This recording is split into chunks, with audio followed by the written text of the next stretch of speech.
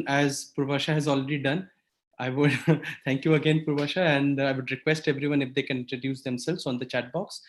And Vijay is just getting his coffee. We'll start with that soon. We'll just check out all the technicalities till then, that everything is in place.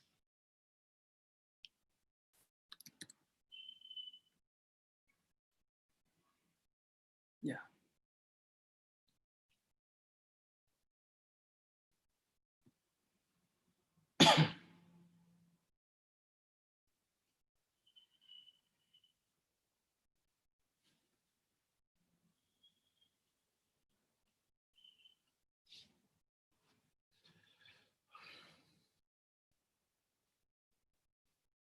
Daniel, I think the YouTube link is still not working. Is it working for you?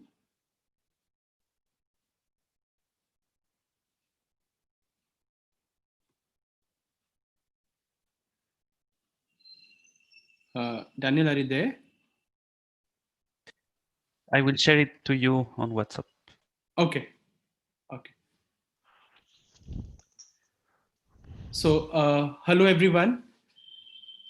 And once again, I welcome everyone here for the third lecture. Today's lecture will be on a lot of people are also entering, so I have to allow them. Sorry, being the host of this meeting is that I have to take care of that too. The today's class will be on the first four Comintern meetings, 1919 to 1924. Vijay will be dealing with that today. Though there are like a lot of things, a lot of people actually messaged about asking different things. I don't know. I have messaged that those questions to Vijay, but I'm like, as people who messaged while mailing it to me, that it's not really directly linked to the classes which we are organizing. So I leave it to Vijay to if he gets time and if you want to just touch upon those questions. And also today, I think Vijay will be talking in detail, but it's an important day. Evo Morales is coming back from where he was. The coup happened and he was forced to move away. So one important aspect. Vijay, I hand over the space to you now. Maybe a quick recap if you can give about the class. Don't have to take 5 minutes. Maybe a quick recap, and maybe we can then start with the class. Yes, thank you. Okay, welcome everybody, and it's great to be back with you. As Atul said, well, firstly, I'm very grateful to Atul, Daniel, Nitish, and others. It's not easy doing the things they're doing, setting up the various, infrastructure for the course and so on. So Atul is doing a million things at the same time. It's fantastic work. Yes, we've just gone past the anniversary of the October Revolution, and that was on the 7th of November. Interestingly, on the 7th of November, the United States election result was, well, somewhat decided or declared. Excellent day to have declared, well, there'll be challenges and so forth.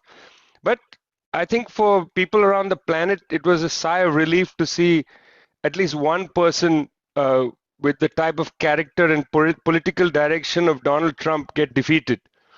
In places like the United States, the election is never against, the good side of history and the bad side of history.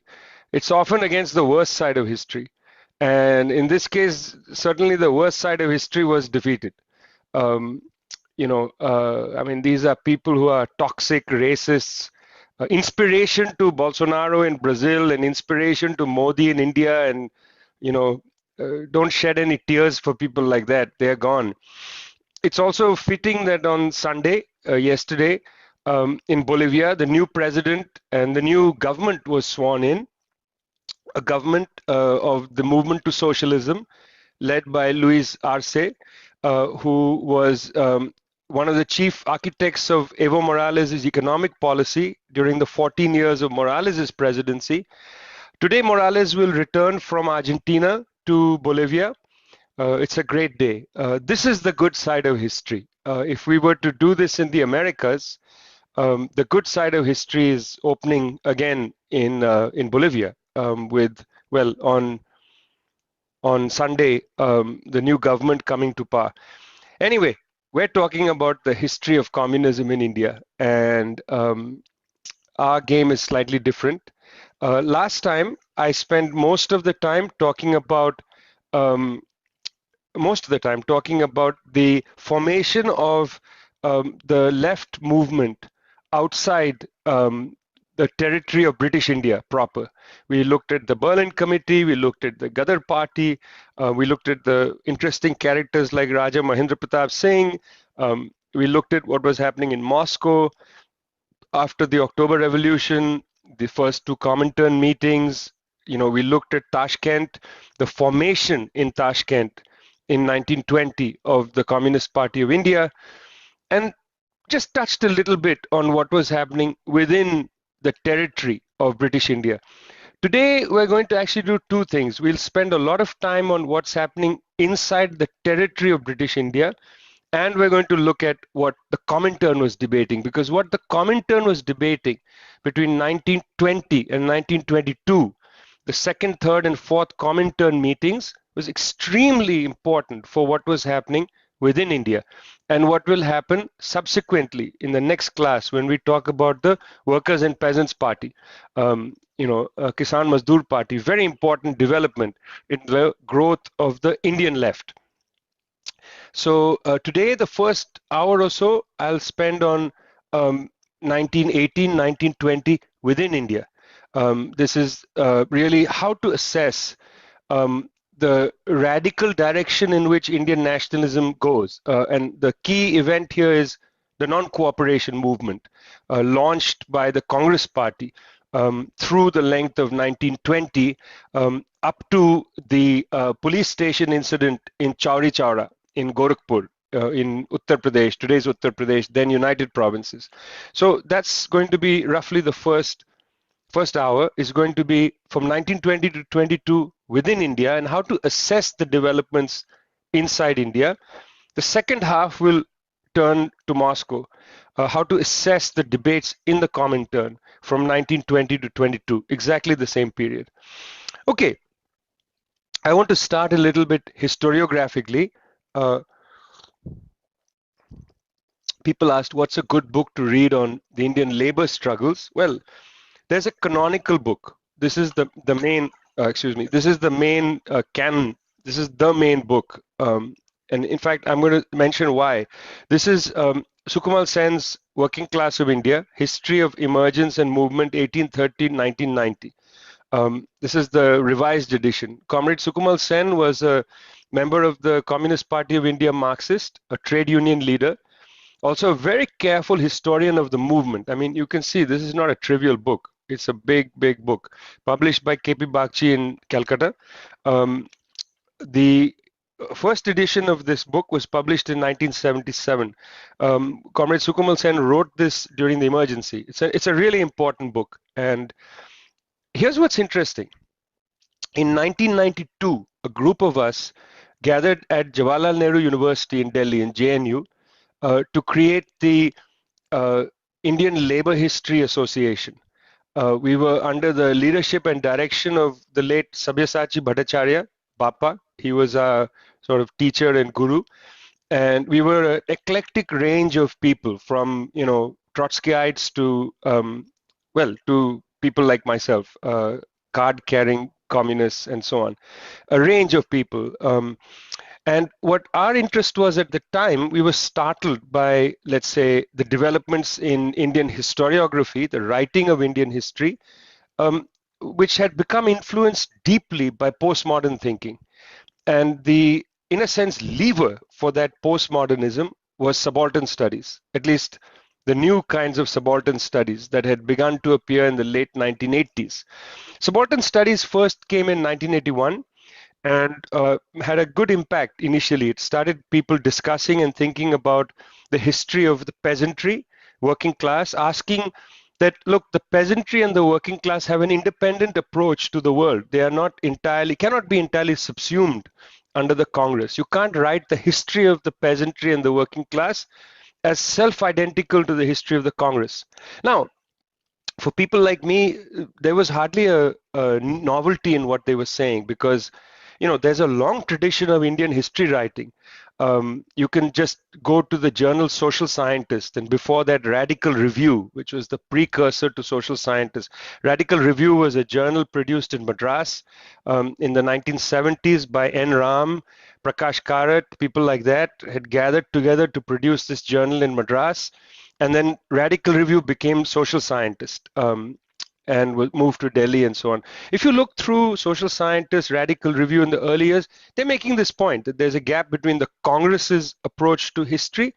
S. Gopal, for instance, the main historian of the Congress, through his biography of Nehru, and let's say left or working class idea of history. And here a very simple distinction can be made between S. Gopal's book on Nehru and then E.M.S. Nambudripad's book on Nehru, where it's essentially a long meditation on Gopal's book, where he shows that Gopal is unable to see that the working class, the peasantry, and allied classes have an independent and separate, impact on world history. Okay, Subaltern Studies arrives, and what it does is, interestingly, is it quickly seems to move the needle of history writing away from class to power. Power becomes important, and the subaltern therefore is those who are not powerful.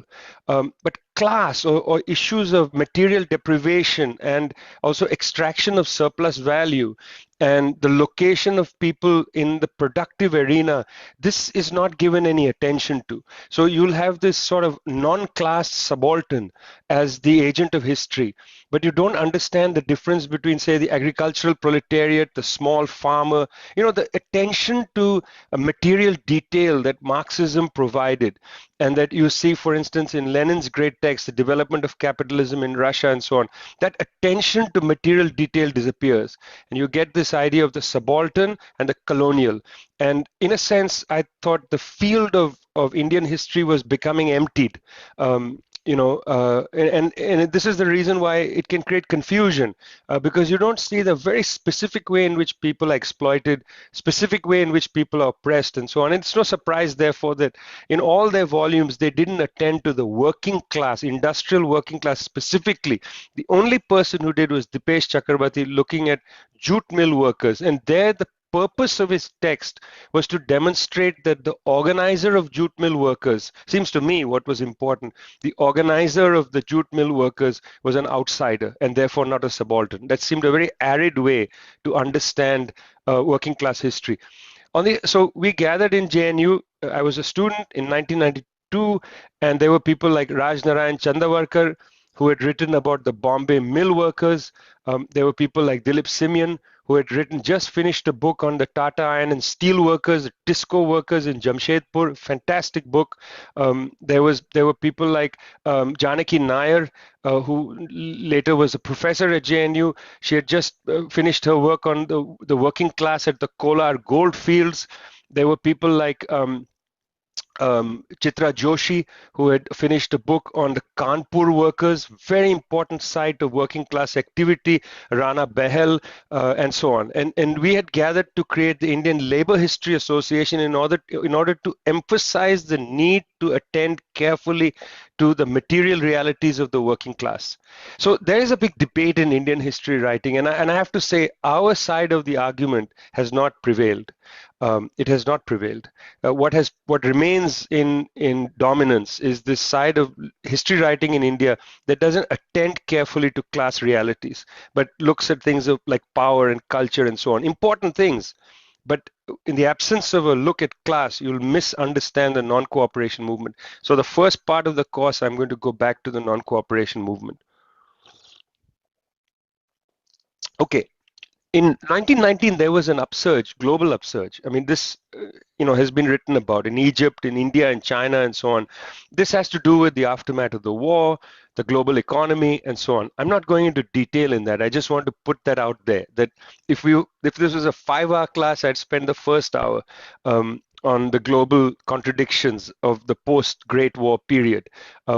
when there was deep economic insecurity, and you saw troops returning, the influenza epidemic of 1918, the flu, which 60% of the mortality of the flu was in India. Troops coming back from the war, bringing radical ideas, angry that they had died, they'd seen their comrades die in the battlefields of Europe, and they came back to be mistreated in India. All of that provides a subjective condition alongside the objective crisis of capitalism in 1919 after the war.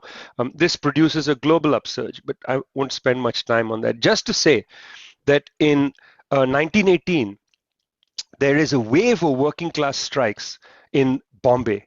Bombay's textile industry sees early radicalization. About 125,000 workers, that's 125,000 workers, go on a general strike. It's quite amazing, you know, and you got to register that on the eve of Gandhi's important role in the freedom movement, the working class has already taken the lead. But we don't write our history like that. We write our history as Gandhi comes and leads the Indian people. But the working class was out there, 125,000 workers in Bombay on strike before the Rolat Satyagraha, before the non-cooperation movement. This is in 1918. Just want to put this there for you, okay? I think it's important to signal that. There's an interesting shift in the Congress, Indian National Congress general political orientation that takes place around the time that Gandhi returns to India from South Africa. I want to keep saying this because I want to suggest to you that it's not that Gandhi brings something extraordinary to the movement. He is an extraordinary person, but the movement had already started to shift. It's not that Gandhi comes and shifts it. Movement had already started this journey. In the earlier part, you may remember, I talked about a divide in the Congress between the extremist faction, which was led by, let's say, Bal Gangadhar Tilak, played a big role in the extremist faction. Tilak had his limitations. Many ways, he was a Hindu communalist, but also he was a radical person. He was much enamored. He was enamored by working class struggles. Plays a role in the Bombay workers' movement and so on. Complicated person, but he was the undisputed leader of the extremist faction of the Indian National Congress. The moderate faction was led by Gopal Krishna Gokhale. Gokhale was a complete moderate. He was the leader of the Servants of India Society. He believed in negotiation with the British. He was terrified of working class activity and so on. When Gandhi comes back to India, he basically sees Gokhale as his mentor, as his leader, not Tilak. And he spends time with Gokhale, and Gokhale is the one who tells Gandhi, travel around India. You've been away a long time. You need to go and see India. And it's in this early period that Gandhi becomes important because he tests out what he's going to do in 3 different places. In Champaran, in Bihar, I mentioned that last time, the indigo workers in this district of Champaran wanted Gandhi's help, as they were already in a struggle against the planters. He didn't start the struggle. They were already in the struggle, but in his India tour, he happened to be brought there. He played a role in the Kheda Satyagraha in Gujarat, where the agricultural workers, again, were already in a struggle, and they called Gandhi and said, help us. And then the Ahmedabad workers were in a struggle, and they also called Gandhi, help us. Now, you'll see an interesting thing in Gandhi's approach in all 3 of these struggles. These are early struggles in Champaran and in Kheda, where these are wretchedly poor agricultural workers. Gandhi has great sympathy for them and feels that they must be given a fair deal, and he takes their side. To his credit, he takes their side, and but you can see him already blunting their demands. Because he wants them to have a better life, not necessarily power. But the real place where you see Gandhi blunting demands is Ahmedabad. The workers are militant. They're fighting against Indian capitalists. That's important. Indian cotton barons in Ahmedabad. Gandhi comes in and Gandhi tells the workers, no, the capitalists are the trustees of wealth, and you and the capitalists need to find a bargain. You should not try to overthrow them. And his theory here is the theory of trusteeship. he articulates this for the rest of his life, that the Indian capitalist class are the trustees of the wealth of the nation, and they must, from the goodness of their heart, take care of the workers so that they're not wretchedly poor as they are in Champaran and Kheda and so on. And he essentially pushes the trade union aside and says the agent of history are not workers, they are the capitalists, benevolent capitalists. The benevolent capitalists are the ones who should drive history forward. This defines Gandhi's politics, and in fact, it'll begin to define the politics in the Congress party.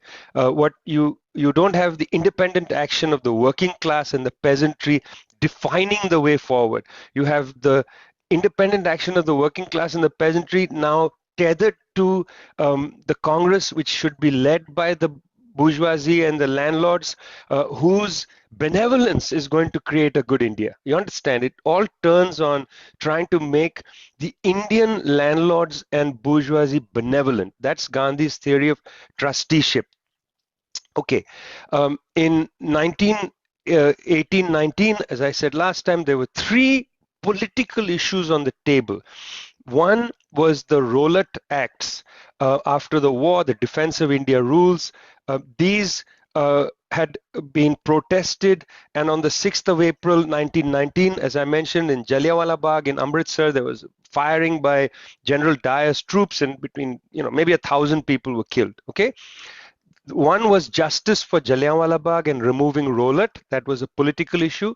Second was the Khilafat movement. Remember from last time, the Khilafat movement, to settle the claims of Muslims as far as the Caliph was concerned, the overthrow of the Ottoman Empire. And third, importantly, was the reforms promised by the British, the Montagu-Morley reforms that the British had promised for India. These were the three political issues at the table. After the Jallianwala Bagh shooting on the 6th of April 1919, after that shooting, sorry, on the 13th of April 1919, I was just checking that, not 6th, the 13th of April. The 6th of April was the Hartal call given. I just want to introduce you to some of these notions. Tilak, from 1905 onward, had been playing around with a set of new political concepts, like, for instance, Swadeshi. Let us have this concept. Sorry, Purvasha, you're worried about the focus? That's my camera. It goes out of focus, and then it should return at some point. It'll come back. Oh, it won't. I can change cameras. Let's see. Camera is okay. All right. So Tilak was experimenting with, like, for instance, Hartal, the strike, Swadeshi movement, and so on, a range of political instruments. On the 6th of April, there was to be a nationwide Hartal around the Rowlatt Acts, and it's in a week later, on April 13th, the shooting takes place in Jallianwala Bagh.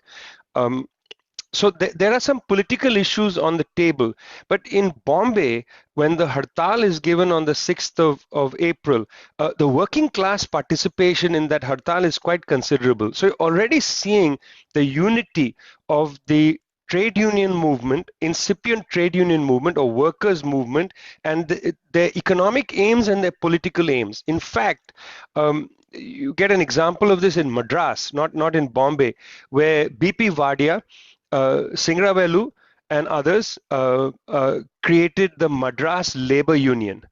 This was around the struggles at the Buckingham and Karnataka mills. Again, they were economic struggles of workers that lead the way. Wadia, Singravelu and others come in to give assistance. They are the organizers who come in and shape some of the movement of the working class, and then they take it very quickly to a political direction, because they don't create a union in Buckingham and Karnataka mills alone. They create the Madras Labor Union. It's a political union of the working class in Madras. This has an impact in the democratization of the freedom struggle in Madras. And a little known aspect of this is the role this plays in the self-respect movement and in the non-Brahmin movement. It would be interesting to take a look again at the non-Brahmin movement and the role of working class struggles to democratize and bring socialism into the non-Brahmin movement. Again, the assumption is Periyar brings socialism into the movement. The intellectual brings it in. There's no look at how the working class brings it into history. But that's a separate thing. Somebody should really take a very close look at that. Okay, in December, the Congress meets in Amritsar. As it happens, the event in April in Jallianwala Bagh, and then they decide, let's hold our Congress meeting in Amritsar. Motilal Nehru, the father of Jawaharlal Nehru and a moderate, is the president of the Congress. But I want to read out part of the speech that he makes. It's so important. He says, he's talking about the Rowlatt Act. He's talking about the new rule, the new act that's coming out of the reform period. He says the new act ignores the demand of the country for a declaration of rights. A feature of the act which has disappointed me much is the failure to do justice to the political rights of Indian women. Now, this is very interesting. This is 1919. One of the features of Indian national movement, and this is a conservative man, Motilal Nehru. In Europe, the suffragette movement is at a fever pitch, women getting the vote, women fighting, losing their lives to get the vote. So interesting that in the Indian national movement, this conservative guy, Motilal Nehru, says there need not be a suffragette movement in India. At least on the question of the vote, women will get the vote. That was already there in 1919. Then he says, to the Kisan delegates present here, to the farmers and peasants here, I am glad to see that they are there. They are here in the hundreds.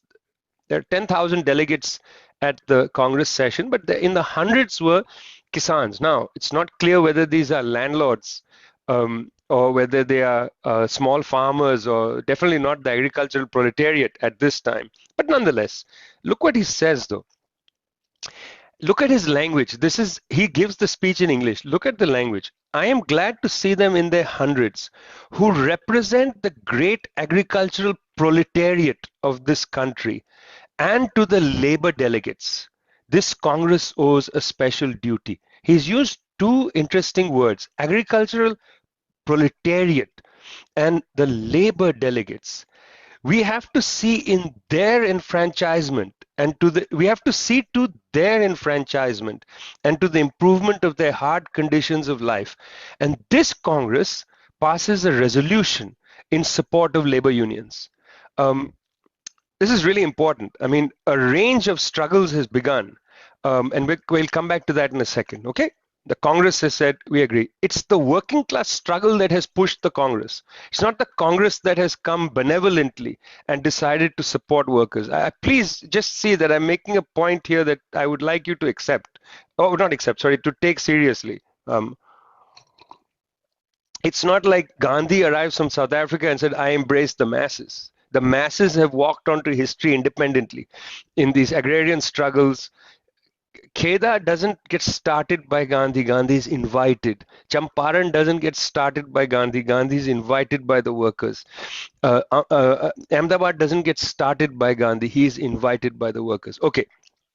Secretary of State Edward Short writes to the Indian Viceroy, Lord Chelmsford, at the time of this enormous number of strikes. This is December 1920. The Congress is meeting in Amritsar. The working class is striking across the country. And Short, Secretary of State for India, writes to the Indian Viceroy, Lord Chelmsford. India is described by the newspapers in England as seething with industrial violence and unrest. To what extent is this description correct? Are the strikes being promoted by the Congress Party in their attempt to make government impossible? Can you give me a comprehensive account of the measures taken in connection with these strikes? I would be in a position to say something on the subject. So the Secretary of State in London is asking the Viceroy, the lead representative of the British Empire in India, Lord Chelmsford, tell me what's happening. I hear there's industrial unrest. What are you doing about it? I need to know. Chelmsford writes back, there is undoubtedly a considerable amount of industrial unrest in India. but it is an exaggeration to speak of the whole country as seething with such unrest. And the position is by no means comparable with their present situation in England. Now, the October Revolution has taken place, right? We know that, 1917. England, Scotland are on fire. Something to pay attention to. In 1919, 2.5 million workers in England and Scotland and Wales went out on strike in 3 of the key industries. Okay, this is the majority of the English, Scottish, Welsh working class in 1919. When we study Indian history, we don't pay attention to this, friends, because our Indian history writing is so parochial sometimes. We don't see that they are terrified about Bolshevism in England at the same time and of working class activity. Look at this. In January 1919, at the beginning of the year, in Glasgow, in the industrial working class district known as Clydeside, there is a mass uprising and a red flag, enormous red flag is unfurled in the center of Clydeside, this working class area. It became known as Red Clydeside. It was a communist uprising. It was like a Bolshevik uprising in the city of Glasgow. It's an incredible moment in British history. That's one. Second, in September of 1919, UK rail workers go on strike across the country. The rail plays an important role in that country. Across the country, rail workers on strike, and they will create the National Union of Rail Workers. This is an important union coming out of this period. Thirdly, coal miners' strike takes place in Nottinghamshire and in Derby. And yesterday I asked a friend of mine to send me a report. This is from July 1919, Special Intelligence Branch report from the British government. I mean, they were terrified by what was happening. Here, Derbyshire, the number on strike is variously estimated as 25,000 to 45,000. All the pits in South Derbyshire look, then Stratfordshire, men are out at Midland Coal, coke and iron companies. Pits are still idle in Burnley, in Lancashire and Cheshire, whatever. 9 collieries idle in South Wales. Kent, the strike at 3 pits continues, but the threat to call out the pumpmen has not yet been carried out. I mean, this is incredible. This is happening across England. So when the English Secretary of State writes to India, says what's happening, and Chelmsford writes back and says, the position is by no means comparable with the present situation in England, because in England there's a revolutionary situation in 1919. Clydesdale is going, rail workers are on strike, miners, the two main unions, mine workers and rail workers, come out of this struggle of 1919. Okay, so that's happening at the same time. Chelmsford his note back to England actually has the best analysis of the unrest. He gives 5 points. He said, here's why there's all this strike activity. He says there's inflation, enormous price inflation in India. This has to do with imperial policy. There are rumors of profiteering that are driving people to anger. There are enormous capitalist profits, both in the Indian capitalist, those firms, and in the capitalist firms, imperial capitalist firms. There is rising social inequality. There is a shortage of industrial labor. And then there's been no increase of pay for at least a generation.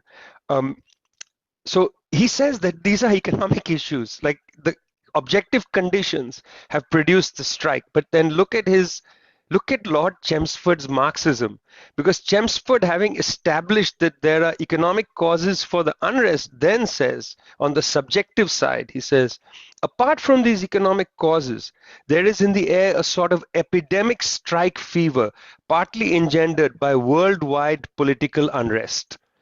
Worldwide political unrest. This is Bolshevism. This is in the air. They are terrified about what's happening. And he says the reason it's not effectual, the reason it hasn't advanced, is there is no All India Trade Union Federation. And therefore, also there's no All India Left Party yet. The British know clearer than even contemporary Indian historians, ironically, the situation in 1919. It's a great irony. Sukumal Sen in his book has a list of strikes, and I'm not going to read all of them. He's got He has this long list of all the strikes in this period. Starts with Madras, tramway workers, 1,400 of them on strike. Madura Mills, not known how many. Jamalpur, East India Railway Workshops. Goes forward, Calcutta, the masons, 10,000 masons go on strike. Allahabad, a printing press goes on strike. In Bombay, mill after mill after mill on strike. In Sholapur, cotton mills, 13,600 workers on strike. Very big strike. In Bombay, the great strike wave of cotton mill workers, 135,000 by 1919. Very considerable strike wave. In 1919, the International Labour Organization is founded in Geneva, which will eventually become a United Nations body. But at the time, the ILO is founded because there was this great concern with industrial activity. So the ILO is constructed as a tripartite body. Governments, capitalists, and labor at the same table. It was a way to yoke labor into a discussion with capitalists, not have independent labor activity. It was actually to undercut trade unions in a way, business unionism and so on. But that was founded in 1919. The All India Trade Union Congress, which Lord Chelmsford said is not yet in operation properly, was founded on the 19th of July 1920, 100 years ago this year. At the founding of the All India Trade Union Congress, they talked a lot about the ILO being founded the previous year. And B.P. Wadia from the Madras Labor Union, Lala Lajpat Rai, and Chaman Lal go to Geneva in 1920 to go and see what's going on with the ILO, to make essentially a point about what's going on there. Sorry, just getting my other notes here. You see, when the ATUC is formed, the All India Trade Union Congress, the British right, in a secret memorandum in 1920, the British right, the All India Trade Union Congress takes its cue from Bolshevism. Capitalism and imperialism have been denounced and proletariat exalted, and they're talking about the words capitalism and imperialism have been denounced, all in quotes, and proletariat exalted in almost Soviet style.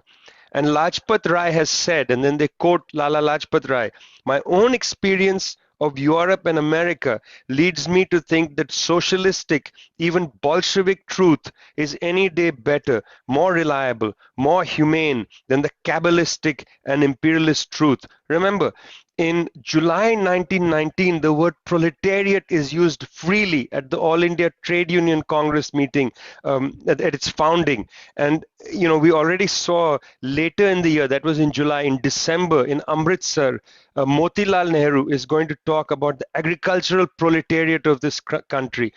This is a direct impact of the Soviet experiment and the export of at least some words from the Soviet Union. The class idea enters India directly from the upsurge of the working class, and the way that its sympathizers interpret that upsurge is not now in terms of the great terror, fear of the working class, but the experience of Bolshevism, the important role that Marxism will come to play, interprets working class activity, the independent activity of the working class and peasantry as a key a dimension of democratization.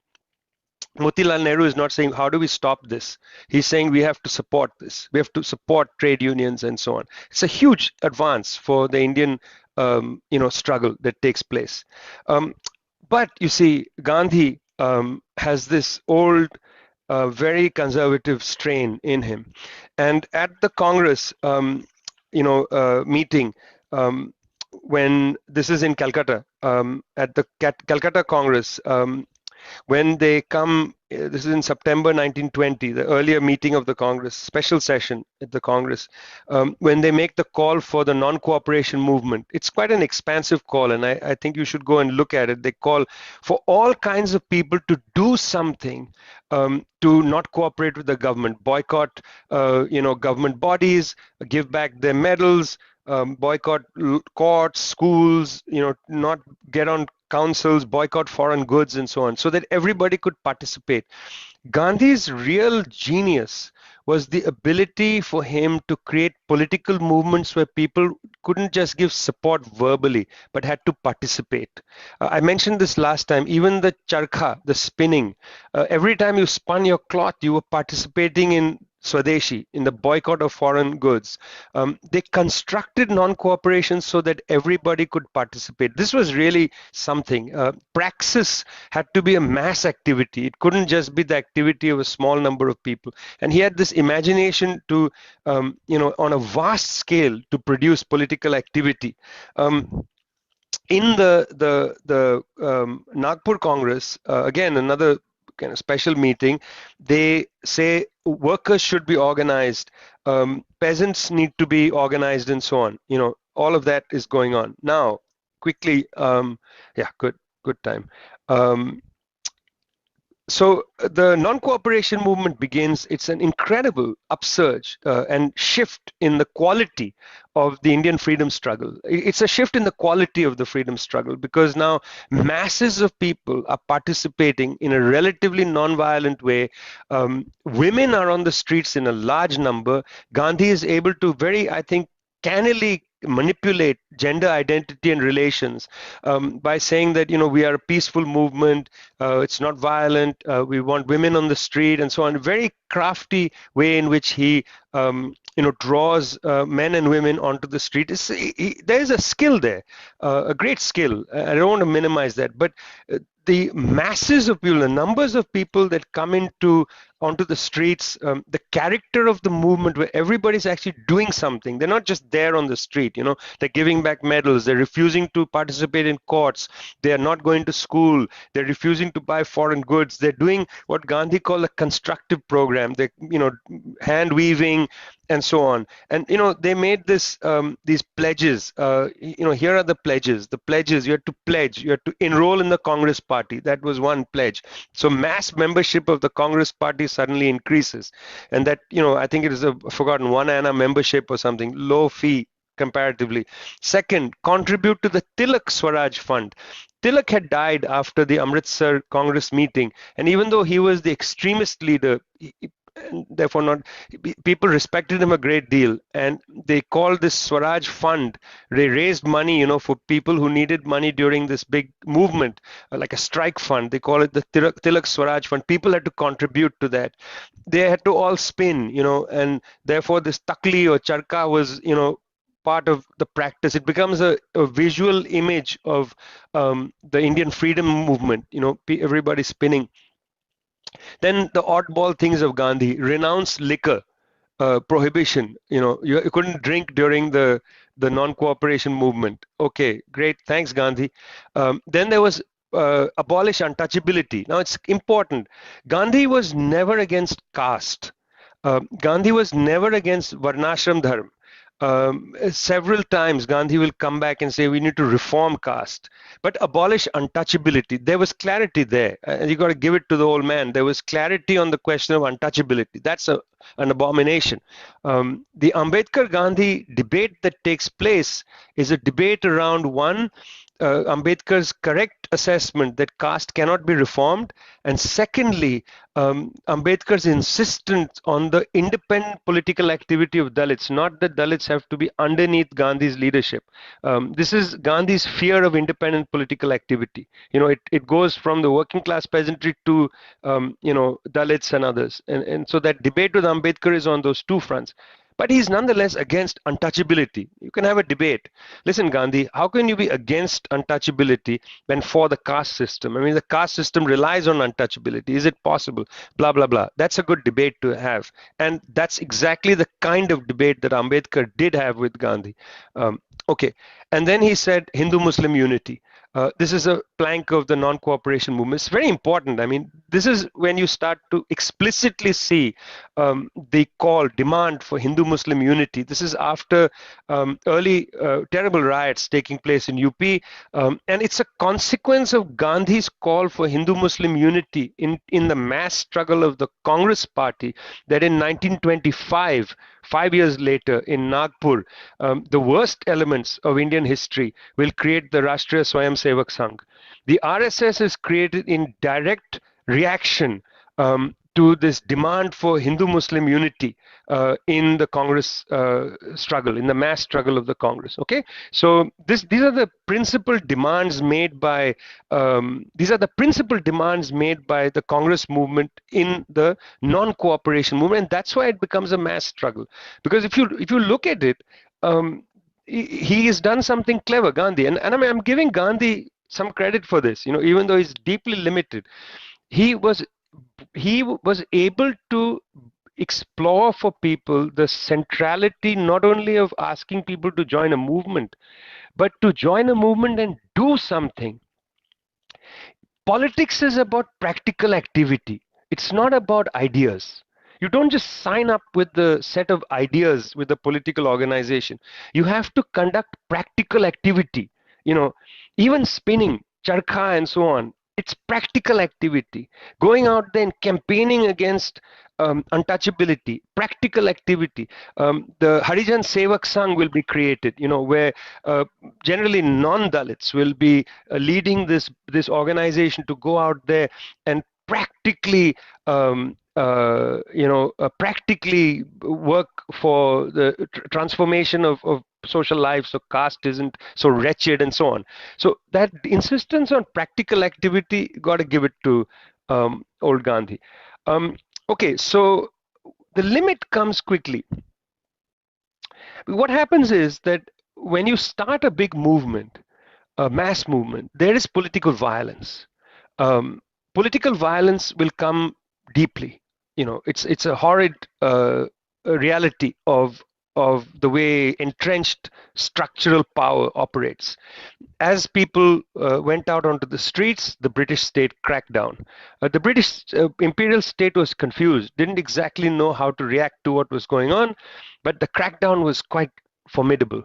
And when the state cracked down, the independent activity of the working class and the peasantry was to defend their class, and they fought back. And they fought back because, why should the police be given license to kill our people and we cannot retaliate back? It's easy for Gandhi to say, turn the other cheek, reading the Bible, turn the other cheek, or Gandhi's idiosyncratic reading of the Gita, forgiveness and love and so on. Very idiosyncratic reading, because after all, the Gita is an argument for battle, but Gandhi read it metaphorically. Why would you read it metaphorically? Here's Arjun and Krishna, and Arjun says, I don't want to go and kill my cousins. And Krishna says, let me tell you something. Let me show you who I am, and shows him and says, you've already killed them. So you might as well just go and kill them because you've already killed them. Look, I showed you the future. You've already done it. It's your fate. And, the Gita is deeply conservative. It's your faith. You got to do your caste duty. Your dharma has to be fulfilled regardless of your intention. Put your intention away. Put down your anxiety. Don't be anxious about the world. Just go and do your caste duty. That's the Gita. But Gandhi tried to read it metaphorically and turn the other cheek, he tells people. And they say, why should we turn the other cheek? Our comrades, our brothers, sister have been killed, brutalized. In the area of Gorakhpur, sugarcane area, sugarcane production. Sugarcane workers had for years been fighting for their rights. It's horrible working conditions, appalling.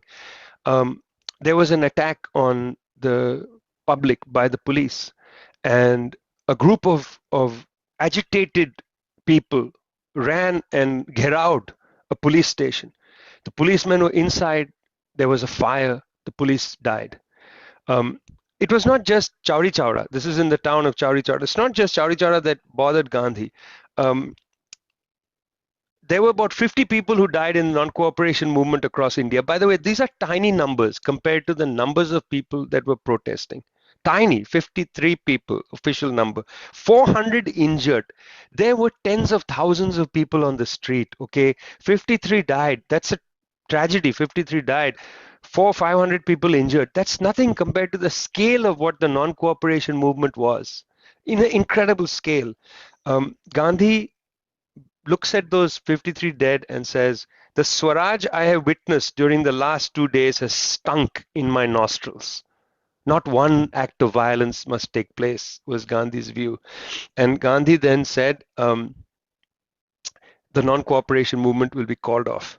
The reason he calls it off is precisely when the 500 crowd go to Chauri Chaura police station and the policemen in the station are killed. And Gandhi says, it's off. And he said, to continue the non-cooperation movement would be a Himalayan blunder. That was the phrase he used. So he called off this mass movement, which could have radicalized, rapidly. He said, that's it. We're done. Now we've got to go and reflect on violence and so on. Okay, so that's the assessment of the non-cooperation movement. This is happening over here, this mass upsurge. Over here, you have the development of communist cells across India. Communists begin to play a role in the working class struggle. This is the second part of this first hour. In the Comintern meeting in 1920, at the second Comintern meeting, M.N. Roy says, at present, the communists in India are not numerous, but they express the will of the working class and lead the revolution behind them. It's a little bit of wishful thinking. He's right about the first thing.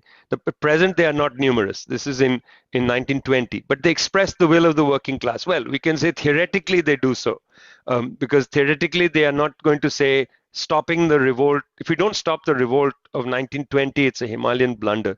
That's the conservative nature of Gandhi. The communist struggle most likely wouldn't have gone in that direction. But I think it was not correct to say they lead the revolution behind them. Not yet, M.N. Roy. That's wishful thinking. 2 years later, at the fourth Comintern meeting, and all of this, by the way, was in the reading for today from the book Liberate the Colonies. Okay, so all of this stuff.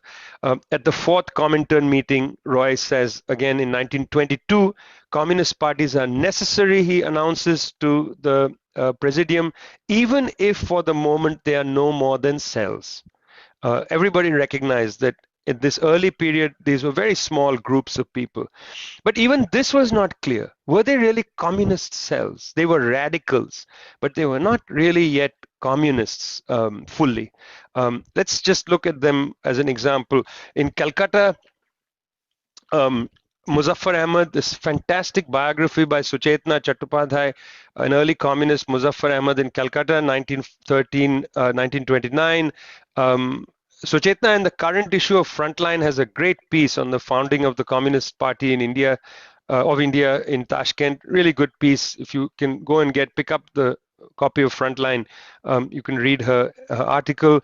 In Calcutta, it was Muzaffar Ahmad, it was Qazi Nazrul Islam, it was their journal Navyug, and so on. They were definitely moving in a radical direction, deeply radicalized, very interested in working class struggles. You know, Qazi Nazrul Islam, you will know later, is the great poet. He's celebrated in Bangladesh as maybe even the national poet of Bangladesh, and so on. In Bombay, Dange, S.A. Dange, Dange plays an important role in the workers' struggle there. In 1921, Dange will write a book called Gandhi versus Lenin. It's in trying to settle accounts with, Indian nationalism in a sense. But Dange at that time was influenced by Tilak. I mean, the leading influence on Dange was Tilak, not Lenin at that time. Then in Madras, you saw Singarabelu already, and B.P. Wadia, who created the Madras Labor Union. They were influenced by the Theosophist Society. The Theosophist Society led by, and its political branch, people like Annie Besant, the Irish militant who was very much part of the Indian national struggle. Annie Besant, went to international socialist meeting and unfurled the Indian flag. A very brave comrade in our history, but also limited. She comes from a kind of reform agenda position. They were influenced by Annie Besant. Oddly, Singarabelu, who becomes one of the founding communists, comes out of the Mahabodhi Society. The Sri Lankan Buddhist Anagarika Dharmapala. Dharmapala, a strange amalgam of Buddhist thinking, Theravada Buddhist thinking, and some kind of Marxism. Dharmapala is a fascinating character, Sri Lankan Buddhist leader.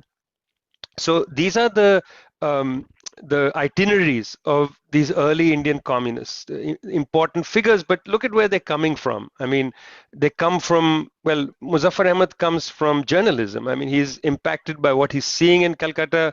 Well, I'm not, and then on the other side of it, we have, Singravelu. I mean, look at his influences. Theosophy on the one side, Mahabodhi society on the other. I mean, it's an eclectic mix of people. As I said, who were there? People behind them. Tilak, who had a communalist sensibility, was influential for Dange, and then Dharmapala, who, in many ways also has a communalist sensibility, influential for Singravelu. I mean, these are curious places from which these early communists come. For them, the role of the Comintern was central. And I'm going to end with this so that we can take a break and then we'll go to the second half. Abani Mukherjee, one of the main communist Comintern organizers, is sent from Moscow, comes via Berlin in December 1922. Abani Mukherjee is part of that whole Berlin scene, and very important figure in the formation of early communism. He comes and meets Dange, S.A. Dange, at the Gaya Congress in December 1922, the Gaya meeting of the Indian National Congress. He then goes to Calcutta, meets Muzaffar Ahmad. He then goes to meet Singravelu. And it's the influence of Abani Mukherjee that he's sent, in a sense, by Moscow, by Roy and the whole Indian Communist movement from Tashkent. He's sent into India in 1922 to come in and to drive the attempt to create an all India party inside British territory, how to bring the Indian Communist Party into India, as it were. And in 1923, in Madras, on the 1st of May, they found the Labour Kisan Party of Hindustan. The Labour Kisan Party of Hindustan is one of the first, all India communist formations inside India. It was created on May Day, the 1st of May. This is in fact the 1st of May. First May Day celebration in India takes place, organized by Singravelu, Wadia, and others in Madras, where, just 5 years before they created the Madras Labor Union. The role of Madras in left history is so significant and important and needs to be, I think, bumped up. And at Leftward, we published the history of the Madras working class, written by Dilip Veeraraghavan, and I highly recommend it. It's a terrific book of working class history in Madras. It's a somewhat neglected topic, but Dilip Veeraraghavan, does a terrific job of bringing together the factory level struggles with the all Madras level struggles. Okay, this May Day celebration is held in Madras in 1923. The Hindu, the newspaper, writes, the Labour Kisan Party has introduced May Day celebrations in Madras. This is in 1923. Comrade Singravelu, this is the Hindu. Comrade Singravelu presided over the meeting. A resolution was passed stating that the government should declare May Day as a holiday. The president of the party explained the non-violent principles of the party. Now, they had to have non-violent principles because this is the high point of that whole non-violent period. There was a request for financial aid. It was emphasized that workers of the world must unite to achieve independence. Dange and the communists in Punjab, these are the Gadarites, join the Labour Kisan Party of Hindustan. This is the precursor to the Worker and Peasant Party, which we'll come to in the classes to come. The manifesto of the party says something quite interesting. It says, the Congress Party, the Congress is our chief political organ, but it says that the Congress makes an error. It defines the nation as the propertied class. It defines the nation as the propertied class. The Congress is our chief political organ, but it defines the nation as the propertied class. It has a narrow class perspective on the advance of Indian history. It's a really interesting development that is taking place here in 1923. Okay, quick summary. I tried to assess Gandhianism in its early phase, therefore assessed the Indian National Congress's move to becoming a mass party through the non-cooperation movement, its limitations, then how it took the Comintern's intervention to come in and try to shape the Indian communist movement. And the role of Abani Mukherjee here is quite considerable, of becoming the courier between the different communist cells, which Roy talked about, and Moscow, and creating the first instrument of the Communist Party of India, founded Tashkent 1920, but inside the territory of British India. And that was the Labour Kisan Party of Hindustan, created on the 1st of May 1923 in Madras. And I think that's where we are now. Atul, we'll take a break and then come back with the debate in the Comintern itself, and why Abani Mukherjee comes the way he comes, and why it was important to say that the Congress is the chief political organ, but it sees the nation as the propertied class. So we're going to go, we've come from 1918 to 1923, we'll go back to 1920, and then come forward again to 1923. Yeah. Okay, Thank you, Vijay. So we'll be taking a short break. I just have to make one announcement. I think I got a lot of messages. A lot of friends have not received the mail, though I've sent them. But in case you know people who might have missed out on the mails, please send it to them. And I'm definitely going to check after the class what's the issue with the emails which are not getting delivered. So one is that. I would request Daniel if you can play the song now.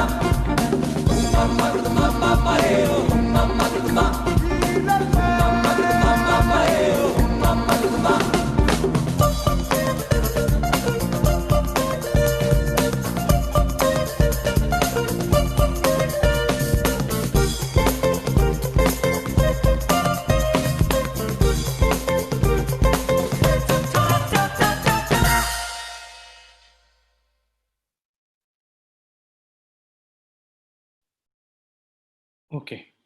I think Vijay will be here. Till then, I can just give you a brief about this song. This. Of course, this song has been customized by the band Indian Ocean, but originally written by Gorakh Pandey, working class poet who used to write in Bhojpuri, one of the languages, Indian languages.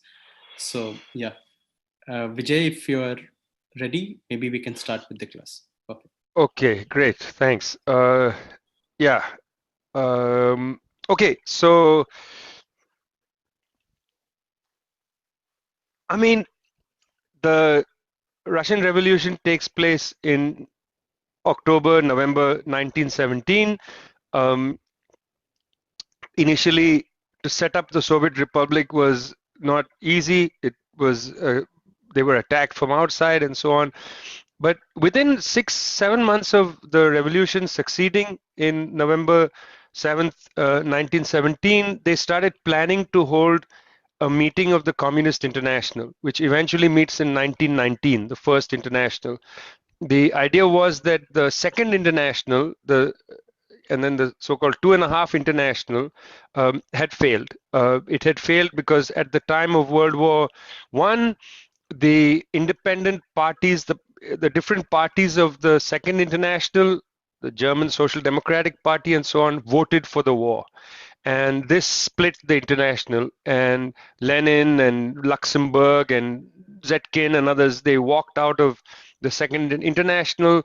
I'd already talked about how they met at Zimmerwald in Switzerland. They had thought seriously about the failure of that project of the Second International, and there was a need to construct something separate after the Bolshevik Revolution had succeeded for two reasons. One, that the new Soviet Republic was under intense attack, military attack from the imperialist countries, and the defense of the Soviet Union needed to be constructed against the military attack. Linked to that, also there needed to be material aid because there was economic distress. The aid needed to come in to help the Soviet Republic, and for this, some sort of internationalism needed to be institutionalized. The Communist International was one front in this, so was the Red Trade Unions, so was the Red Relief Funds, and eventually the World Democratic Federation, Women's International Democratic Federation, WIDIF. Different bodies were created to promote, on the one side, the defense of the Soviet Union in its early period, but also the need for material aid. The relief organizations play a big role. So that's one part.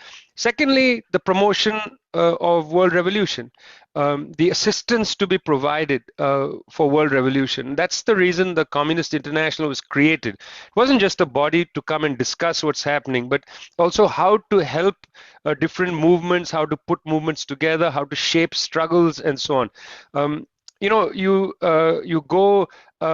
oscillate between giving orders from Moscow and assistance from Moscow, and I think they were somewhere between the two. It's never an easy thing, I don't think one should take a very rigid position. Oh, the Comintern was this or that.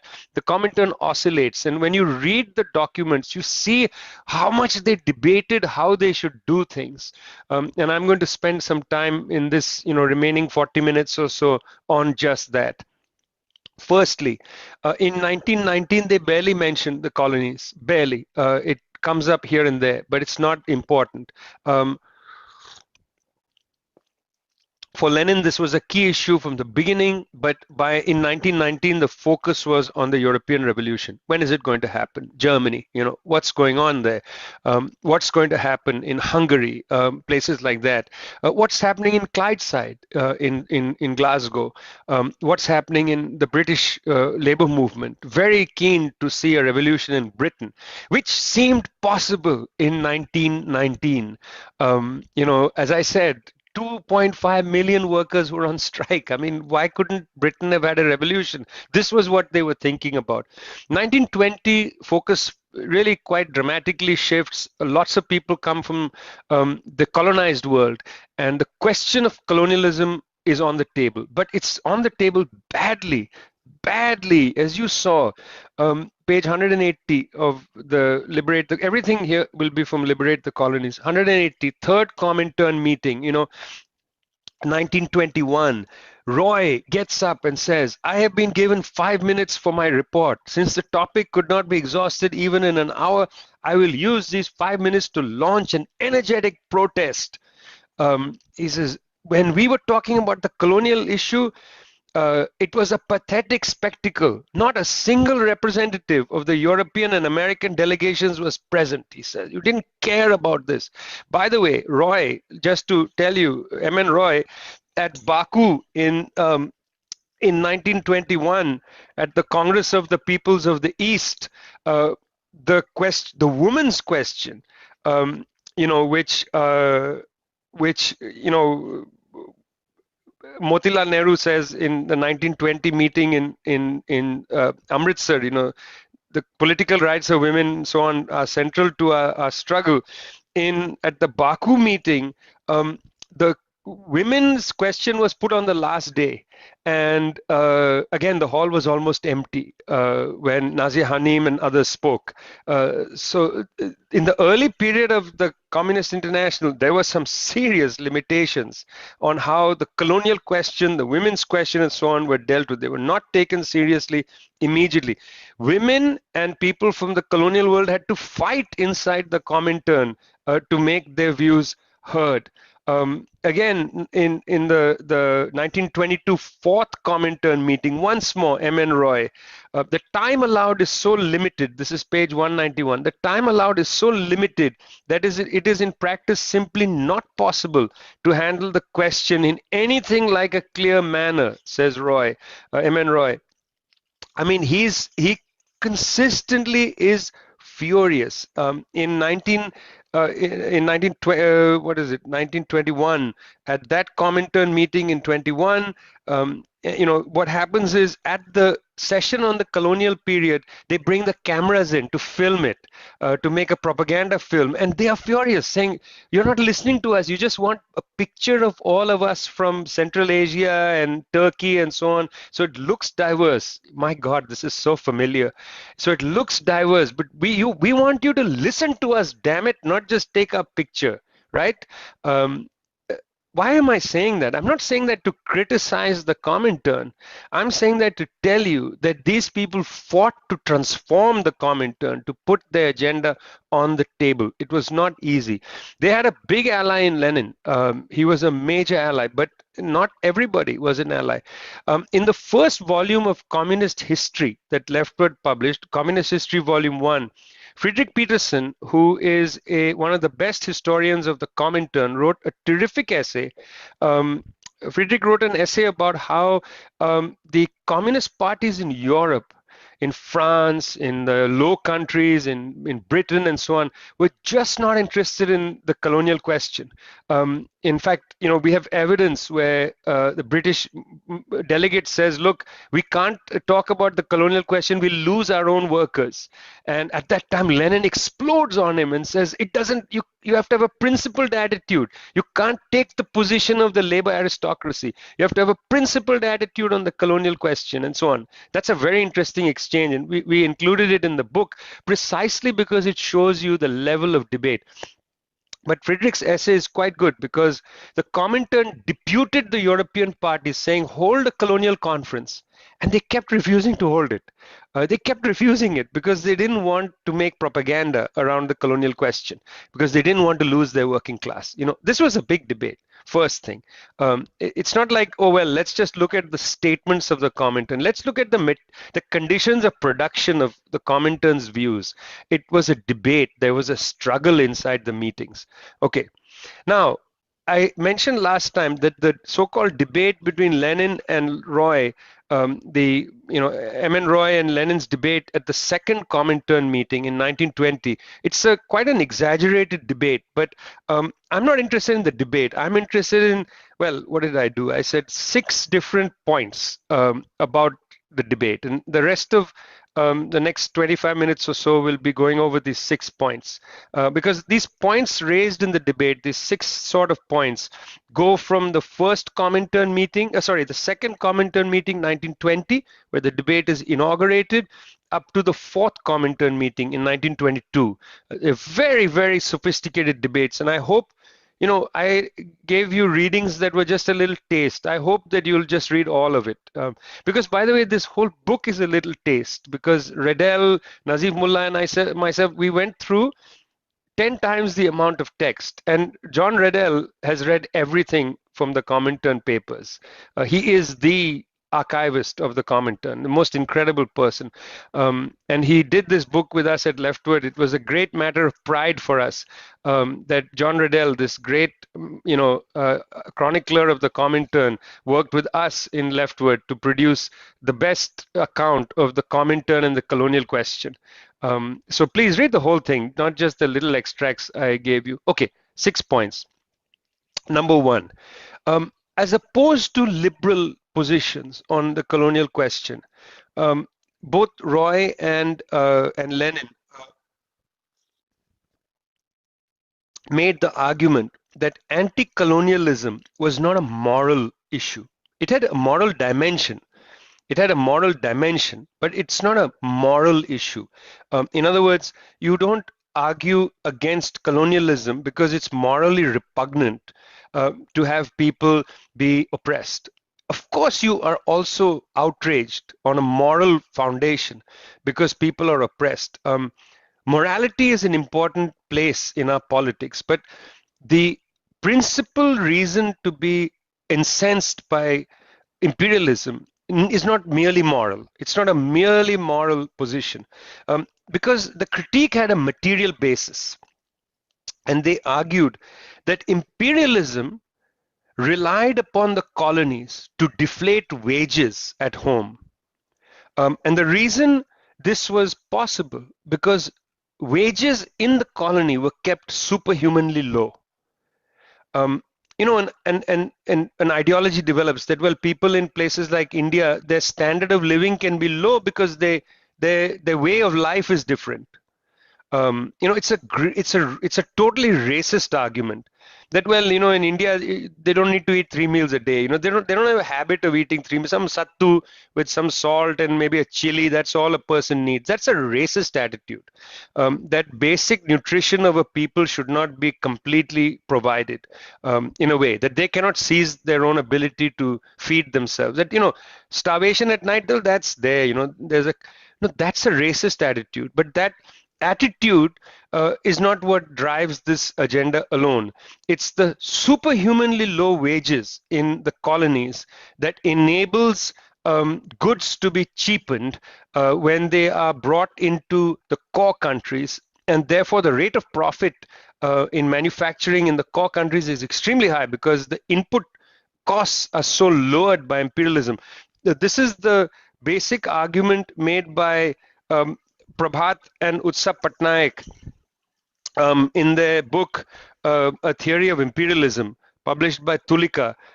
They make this argument in a very good way, sophisticated way, about how the suppression of wages takes place in what they consider the tropical parts of the world. You know, it transcends colonialism. Even now, in the tropical part of the world, there's a suppression of recompense to labor in order to keep the prices of certain things superhumanly low, so that the input costs for manufacturing and so on in the main circuits of capital are lowered, and therefore the rate of profit can be quite high.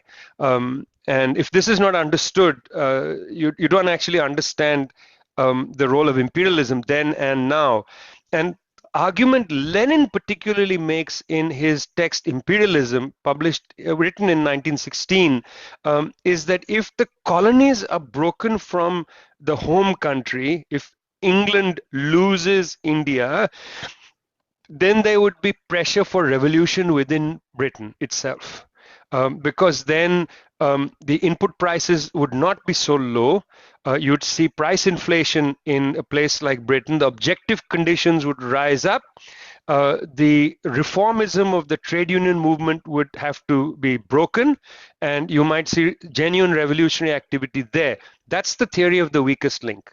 You know, when Lenin says the weakest link is, you know, Russia, the revolution takes place in the weakest link. It takes place in places, particularly colonies, where it will have an impact on the whole chain. That was the theory.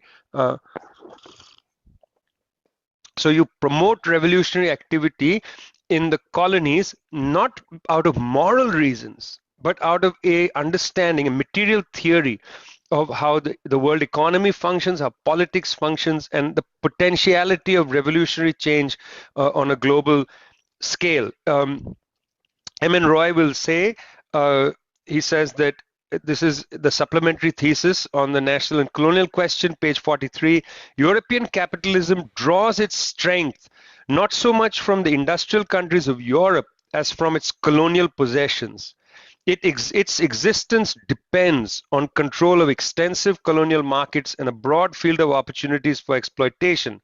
The super profits made in the colonies form one of the main sources of the strength of contemporary capitalism. Clara Zetkin, in the middle of a debate, important debate, taking place at the Third Congress in 1921, Zetkin will say, maybe not there, don't know where it is, but somewhere she will say, here, 1921, she will say, the battle to liberate the British and French proletariat will be fought not only on their native land, but also in the torrid lands of India and Iran, on the variegated landscape of China, and throughout the Near and Far East. Comrades, the fact that women of the East came to us, that's for the conference that she was important in producing, came to us, shows the exceptionally wide range significance of the Third International's revolutionary struggle, both its theory and its practice important. Okay, at that Fourth Congress as well, the Dutch delegate Van Ravestein says, if this bridge falls, the bridge of the colonies, then this imperialism will also collapse. So the first important point made by the Comintern is that support for anti-colonial struggles is not moral merely, it has a material aspect. In fact, you cannot make a revolution in Britain unless you allow India to have its revolution as well. So that revolutionary movements must support anti-colonial movements on a materialist basis, not merely moral, number one. Number two, this support must not be merely abstract. It should be concrete. Again, theses on the national and colonial question. This is page 94, 95. They are very critical of the prior movements. You know, sorry, 94 onward. Actually, it goes all the way to page 99. It's that whole section. They are very critical of the previous internationalism, page 97. Recognizing internationalism in words alone and watering down in practice with petty bourgeois nationalism and pacifism is a common phenomena, not only among the parties of the Second International, but also among those that have left the International.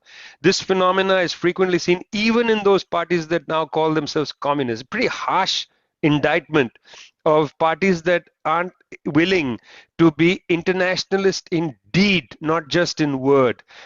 What does that mean in deed? That means you have to help provide the independent development of left movements inside these countries. You can't just sit in England and say we support freedom for India. You have to actually help with material support the Indian communists to develop their movement and so on. That's a very important part of the Roy-Lenin discussion in 1920.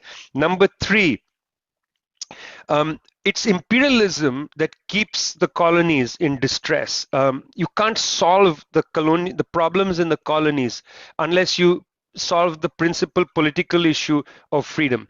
There is no solution within colonialism. That was an important thing.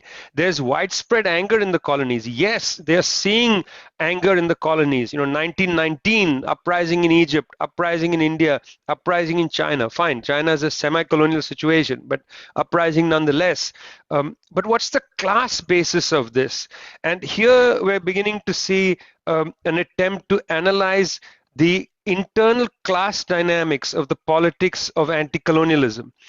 They don't see the politics inside a place like India as uniform. The Indian people, remember what Wadia and Singravelu and others wrote in the manifesto of the Kisan and Labour Party in 1923. They said that the Congress Party sees the nation, when they say nation, they mean propertied classes. In other words, hiding behind the language of universalism is a class bias. So the Comintern from 1920 starts to say, let's do a class analysis of the anti-colonial struggle as well. So Lenin in the 1920 meeting goes through page 40 of our text, goes through at length the question of the development of the agricultural proletariat inside India, inside the colonial world. And he talks about the need to create independent peasant councils. He says the practical work of the Russian communists in the former Tsarist colonies in backward countries such as Turkestan and others has posed the question of how communist tactics and policies are to be applied to pre-capitalist conditions. And then he says there, the next page, the peasants living in conditions of semi-feudal dependency can readily grasp the idea of Soviets and also carry out practical activity in this field. The idea of Soviet organization is simple and can be applied not only under proletarian conditions, but also under feudal and semi-feudal peasant conditions. And here he's talking about the need to create peasant councils, agricultural worker organizations and so on. Organize the peasantry, agricultural proletariat, independent of others. Let them develop themselves, because it's very clear in the Marxist tradition that trade unionism of the factories or trade unionism of the field is the school of the working class. It provides a way to develop their own theory of the world, their own theory of struggle, and also confidence to struggle. People give confidence to each other. So that independent practical activity of creating organization is not just to build power, but also to build an understanding, independent understanding of the world, and to build confidence to struggle and therefore power. So Lenin on the one side says, look, there are in several of the colonies large pools of the agricultural proletariat, and their development has to be advanced through the creation of peasant councils. In India, this will take an enormous leap when the All India Kisan Sabha is created. It will take an enormous qualitative leap when the Kisan Sabha comes into existence in Indian history. So that's the agricultural proletariat. We're in point 3, which is, how do you understand the anger inside the colonies, and how do you understand its class basis, how to organize it. So in that, the first part was agricultural proletariat. Then the other debate that they have between, again, Lenin and Roy, M.N. Roy, is the question of the capitalist class in the colonies. Once more, Lenin takes a position which is, I think, important. This is page 45. What happens is that they see that in the colonies, the native bourgeoisie that's developing are not small shopkeepers. They are big landlords, they are aristocrats, they are capitalists, and so on. That colonialism, firstly, didn't settle accounts with old feudal hierarchies. They maintained aristocrats, and in the case of India, in fact, manufactured aristocrats. The zamindars of Bengal were all manufactured largely by the British Diwani. I mean, they were not just inherited. Many of them were freebooters bought from Punjab and so on. In the Pulkiya states in Punjab, again, they manufactured people into aristocrats. Some of them come from older families, but some were basically freebooters once more that became Maharajas and so on. Nobody is made a Maharaja by God, even though they claim divine right. They are all made out of human history. But some of these characters are in fact 18th, 19th century products and don't even go back earlier. So colonialism doesn't settle accounts with feudalism and aristocracy. It sometimes maintains them, creates it, strengthens it, and so on. And secondly, creates room for the development of a native capitalist class. How this happens is interesting. when just give you the example of cotton. Why is it that there was an Indian capitalist class in the cotton industry? When the American Civil War takes place, 1861 to 1865, it disrupts the supply of raw cotton to British, particularly British manufacturing units. Britain sourced cotton from Egypt, long staple cotton from the US South and so on. And in the period of the Civil War, Britain sought out new cotton production in the highlands of East Africa, in Kenya and so on. They encouraged the growing of cotton. Well, when the American cotton came back online, there was a glut of cotton available, now from Egypt, from West Africa, from the US South and so on, and including from India. And this high quality cotton, you can't afford not to buy it, because if you don't buy it, then the cotton producers will, have been distressed. They'll go bankrupt. They'll stop growing cotton, and this has a problem. So who's going to take care of buying the surplus cotton crop, raw cotton, at a time when there's high cotton production? Because when there's low cotton production, then Britain would absorb it all. But when there's high cotton production, what happens? So they allowed the Indian merchants in East Africa to buy the cotton and take it back to India. And so a lot of the early mills in Gujarat and in Bombay that are owned by Indian capitalists are families of cotton traders who were able to buy the cotton and then produce goods. So in a sense, the Swadeshi movement was a little deceptive, because it also advantaged this incipient capitalist class, particularly in the manufacturing of cloth, in the period just before the Swadeshi movement picks up in 1905. So a lot of the textile mills in places like Bombay were not owned by the British, they were owned by Indians.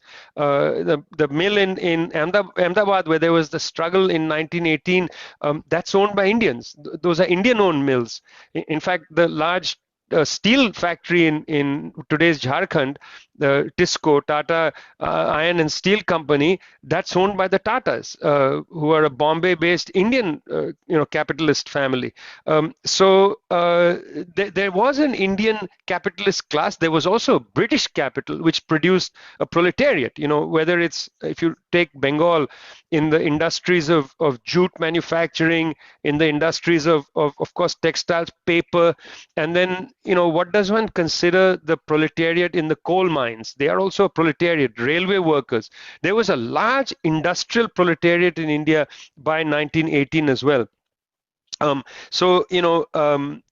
Lenin, Roy, others in this 1920 thing, they are discussing how a native proletariat has already been created in many of the colonies, not all of them.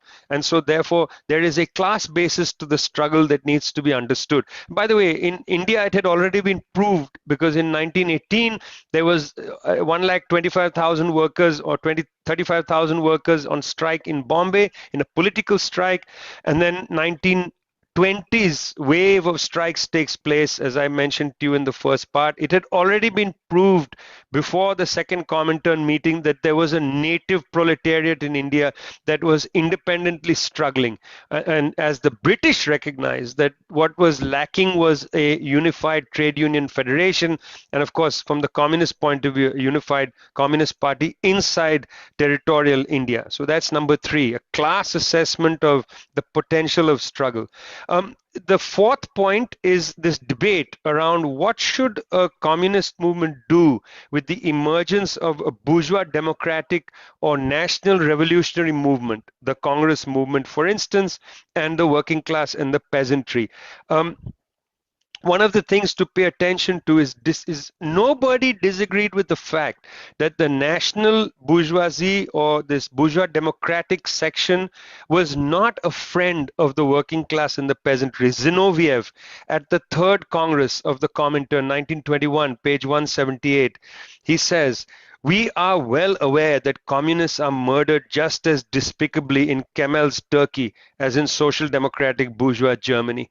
They are under no illusions. Gandhi is not a friend of the communists. Let's be completely clear. Never a friend of the communists.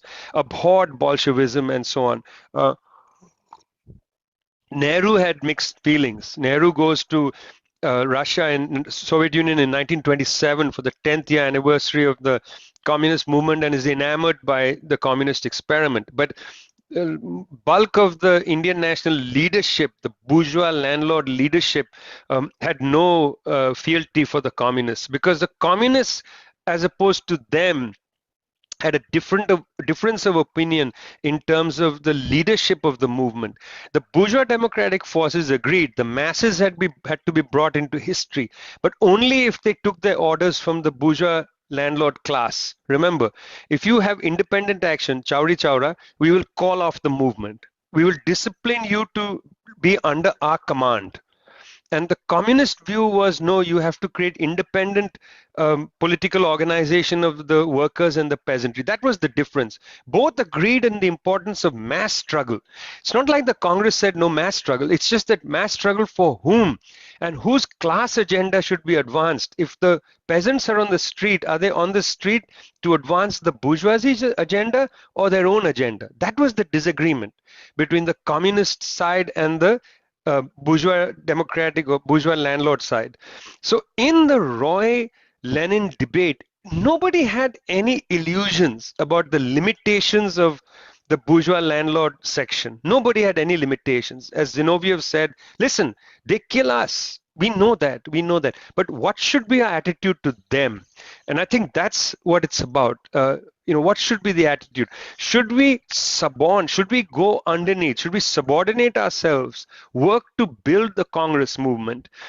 Is that what we should do? Or should we build the independent political formations of the working class and the peasantry that nonetheless work alongside the Congress party in a united anti-imperialist front? Remember this, at the third Comintern meeting, they talk about the anti-imperialist united front, right? That's the fourth Congress, sorry, the anti-imperialist united front. Let's create a united front. But a united front, it doesn't mean we are under your control. We are independent, you are independent, we'll fight together where our aims are in common. That was where the unity came in. So it's important again to see that debate in Moscow between M.N. Roy and Lenin was a debate about tactics in many ways, and also about attitude toward the bourgeois landlord forces. It wasn't a debate necessarily about strategy. I don't see it that way. The fifth point was where you begin to see in the Comintern meeting an insistence on the details, a deep conjunctural analysis of each place. You can't have one policy towards all countries. This is the early days of this debate, because after 1927, when there's a break in China between the Chinese Communist Party and the Comintern, when that break takes place in 27, there it sharpens this question that we'll deal with here, that look, let the Chinese figure out what's happening in China. You will not know in Moscow. You'll have a cartoonish idea, because you'll have one unified idea of all the colonies. There isn't one kind of colony. In every colonial situation, there are differences. And so at the fourth Congress in 1922, M.N. Roy provides, page 192, M.N. Roy provides at least three scenarios. The first scenario is where native capitalism has gained strength. This has promoted the emergence of a bourgeoisie with a developed class consciousness and its counterpart, a proletariat, which also has class consciousness and engaged in economic struggle that gradually becomes a political one. That's scenario number one. Scenario number two, where feudalism still constitutes the backbone of society. Capitalist development is an elementary level. Number three, where primitive conditions still prevail and the social order is dominated by patriarchal feudalism. So he's trying to say, look, let's start looking at the whole colonial world in a differentiated way. Let's not talk about the anti-colonial question in the singular. Let's talk about it in the plural, because there are many different ways in which you understand that. At the third Congress, the previous Congress, Roy in page 166 to 169 starts to do a more, not detailed, but a better assessment of the Indian case, where he talks about the emergence of the Indian bourgeoisie, just a little bit like what I talked about with the cotton. He talks about how colonialism maintains the structures of, particularly in the countryside, of the extraction of land revenue through landlordism and using archaic feudal forms, the most archaic of them all being the caste structure, so archaic it can't go away. It has such roots in society. By the way, archaic doesn't mean out of date and old fashioned. It can also mean it has such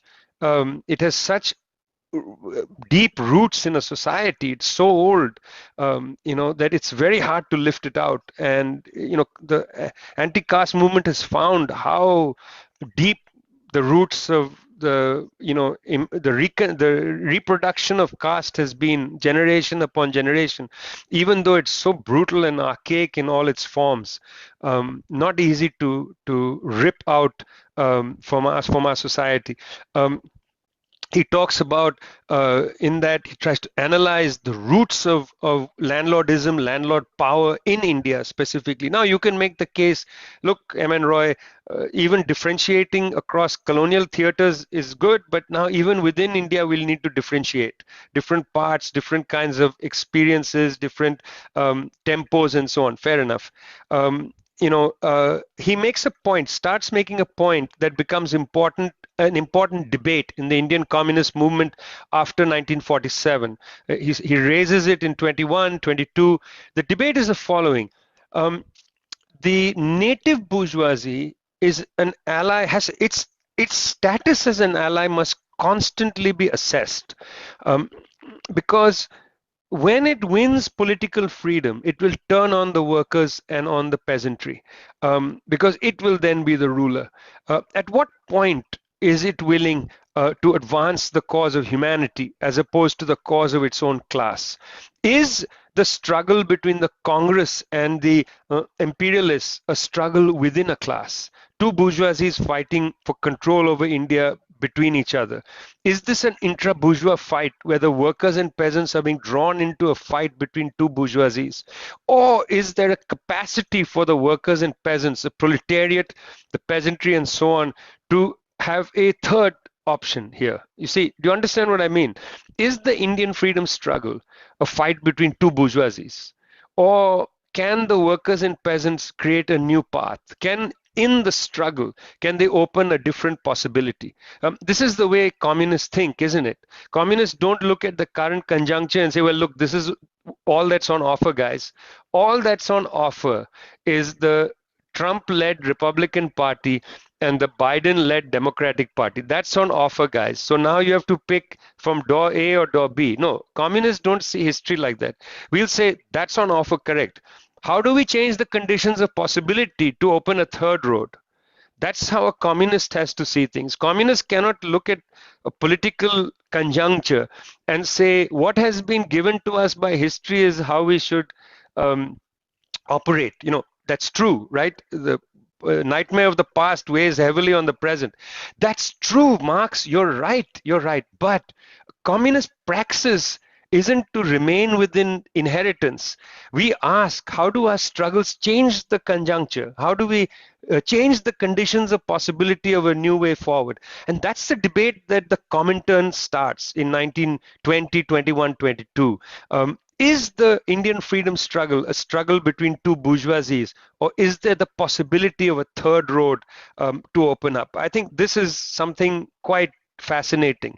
And go back and read the debates if you can see this. But I want you to think a little bit about that, because when the worker and peasant Kirti Kisan Party is formed in India as the next attempt to create an Indian Communist Party in India. You create the Indian Communist Party, founded Tashkent 1920. Then 1923, the Labour and Kisan Party created in Madras, May Day 1923.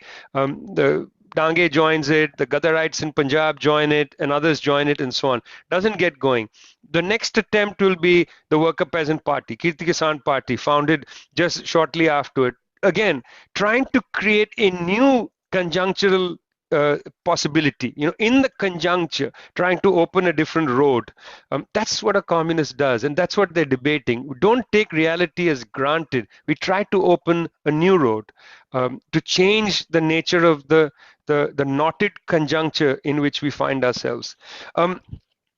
Roy, M.N. Roy, several times is going to make, and Lenin actually, both of them, they make this point, I think, quite clearly. You know, uh, in fact, it's sometimes a surprise to read this point being made at the Comintern meeting. They say, in the first period, the revolution in the colonies will not be communist. This is said in 1920. This is M.N. Roy, page 45. You know, he'll repeat it again in that same statement. Naturally, a revolution by these masses would not at the first stage be a communist revolution. Naturally, revolutionary nationalism will play a role in the first stage.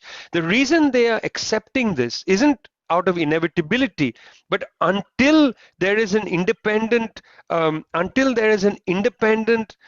party, you know, that is established and able to change the nature of the conjuncture, until the conjuncture can be changed, this is the possibility. The possibility is to move to some sort of revolutionary nationalism. That's the possibility until you change the conjuncture, until the working class and peasantry are independently organized, sufficiently confident, have their own program, and can drive an agenda in society. Then this is the condition of possibility. That's how you've got to understand what M.N. Roy is saying here.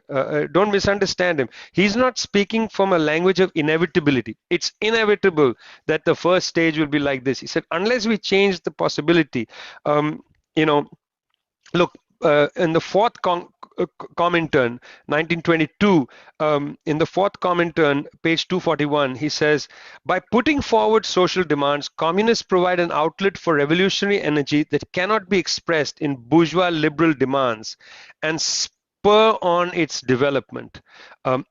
Spur on its development. That means trying to change the conditions of possibility. The working class in the colonial and semi-colonial countries must be aware that only the broadening and deepening of the struggle against the yoke of the imperialist great powers can serve to secure for them a revolutionary leadership role. On the other hand, it is only the economic and political organization and political education of the working class and semi-proletarian layers that can expand the revolutionary impetus of the struggle against imperialism. What he's saying is only the independent development of working class peasant organizations, the realization of the organizations of these classes, only that can change the conjuncture. And if the conjuncture is changed, the possibility of a new future is produced. Okay, I just want to repeat this. Creating powerful worker and peasant organizations doesn't by itself push his society down a different path. Creating those organizations merely changes the conjuncture.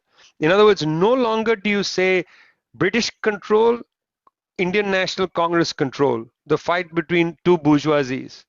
You establish an independent organization, then the conjuncture changes. Now we say the path is between two bourgeoisies, one bourgeoisie, another bourgeoisie, or workers and peasants. Now the road is different, but we haven't reached the destination. We've just changed the road. By establishing the organization, you haven't changed the destination, you've changed the conjuncture. And that's important because now the questions before the people are different. The questions aren't, are we fighting for freedom for India or remaining under colonial rule? If we're fighting for freedom for India, what does India mean? Remember, what did Singravelu and Wadia say? When they say nation, they mean the propertied class. What does India mean? If India means the millions of workers and peasants, then the nature of the struggle will change. And now we may not compromise and have a passive revolution, using Gramsci's phrase. We won't have a passive revolution in 1947. We may accept the passive revolution, but advance quickly to the social revolution. In other words, 1947, August 15th, 1947, is the coming to power of the Kerensky government. And now we are going to advance the situation to October. And in that sense, India is still waiting for October. We've had our Kerensky moment, but India's Kerensky moment has lasted from 15th August 1947 till today, till 2020. And we are still waiting for our October. And it's a long period of trying to change first the conjuncture. You have an established trade union movement, you have left parties, but they are weakened, especially in the last 35 years. They're weakened. But the conjuncture is different now than it was in 1920. The conjuncture is different, but has the path of a different way opened up. And in that sense, the struggle now is a struggle after February, March, the Kerensky revolution till October. And the struggle now is not between two bourgeoisies necessarily, although that's the confusion. And we can come back to that toward the end of the class. The struggle now has to be much more sharply defined. Well, I'm going to end now, but let's see what happens in Bihar. Will Bihar be the opening of a new conjuncture? I hear that the exit polls are telling us that Mahagathbandhan is going to win a big sweeping majority against the Saffronites. But remember, just remember this question. At what point is a struggle between two bourgeoisies converted into a struggle between the bourgeoisie and the proletariat? Always remember that Comintern hesitation. Don't mistake the struggle between two bourgeoisies as the struggle between the bourgeoisie and the proletariat. Somebody has written, revolution will start from Begusarai to Delhi for sure. Comrade, let's see. The struggle has already begun from Kerala to Delhi from before. Kerala already started the new conjuncture, but let's see if we can advance it. We can say in northern India, will the long march begin from Bihar to Delhi? Let's see. Atul? Thank you so much, Vijay. It's just now a few hours left for the result, which we all are anticipating and waiting for. But and also, like, I know, like, the whole of the world was waiting for US elections, but it doesn't change the politics in reality. Whoever comes, right? So so it's the same thing again. Whoever comes, I know left is part of the Mahagathbandhan, and we expect Mahagathbandhan to be a bit progressive with left's intervention, of course. But I don't know how much ground reality is going to change. So it's not possible till the time we actually bring in the revolution.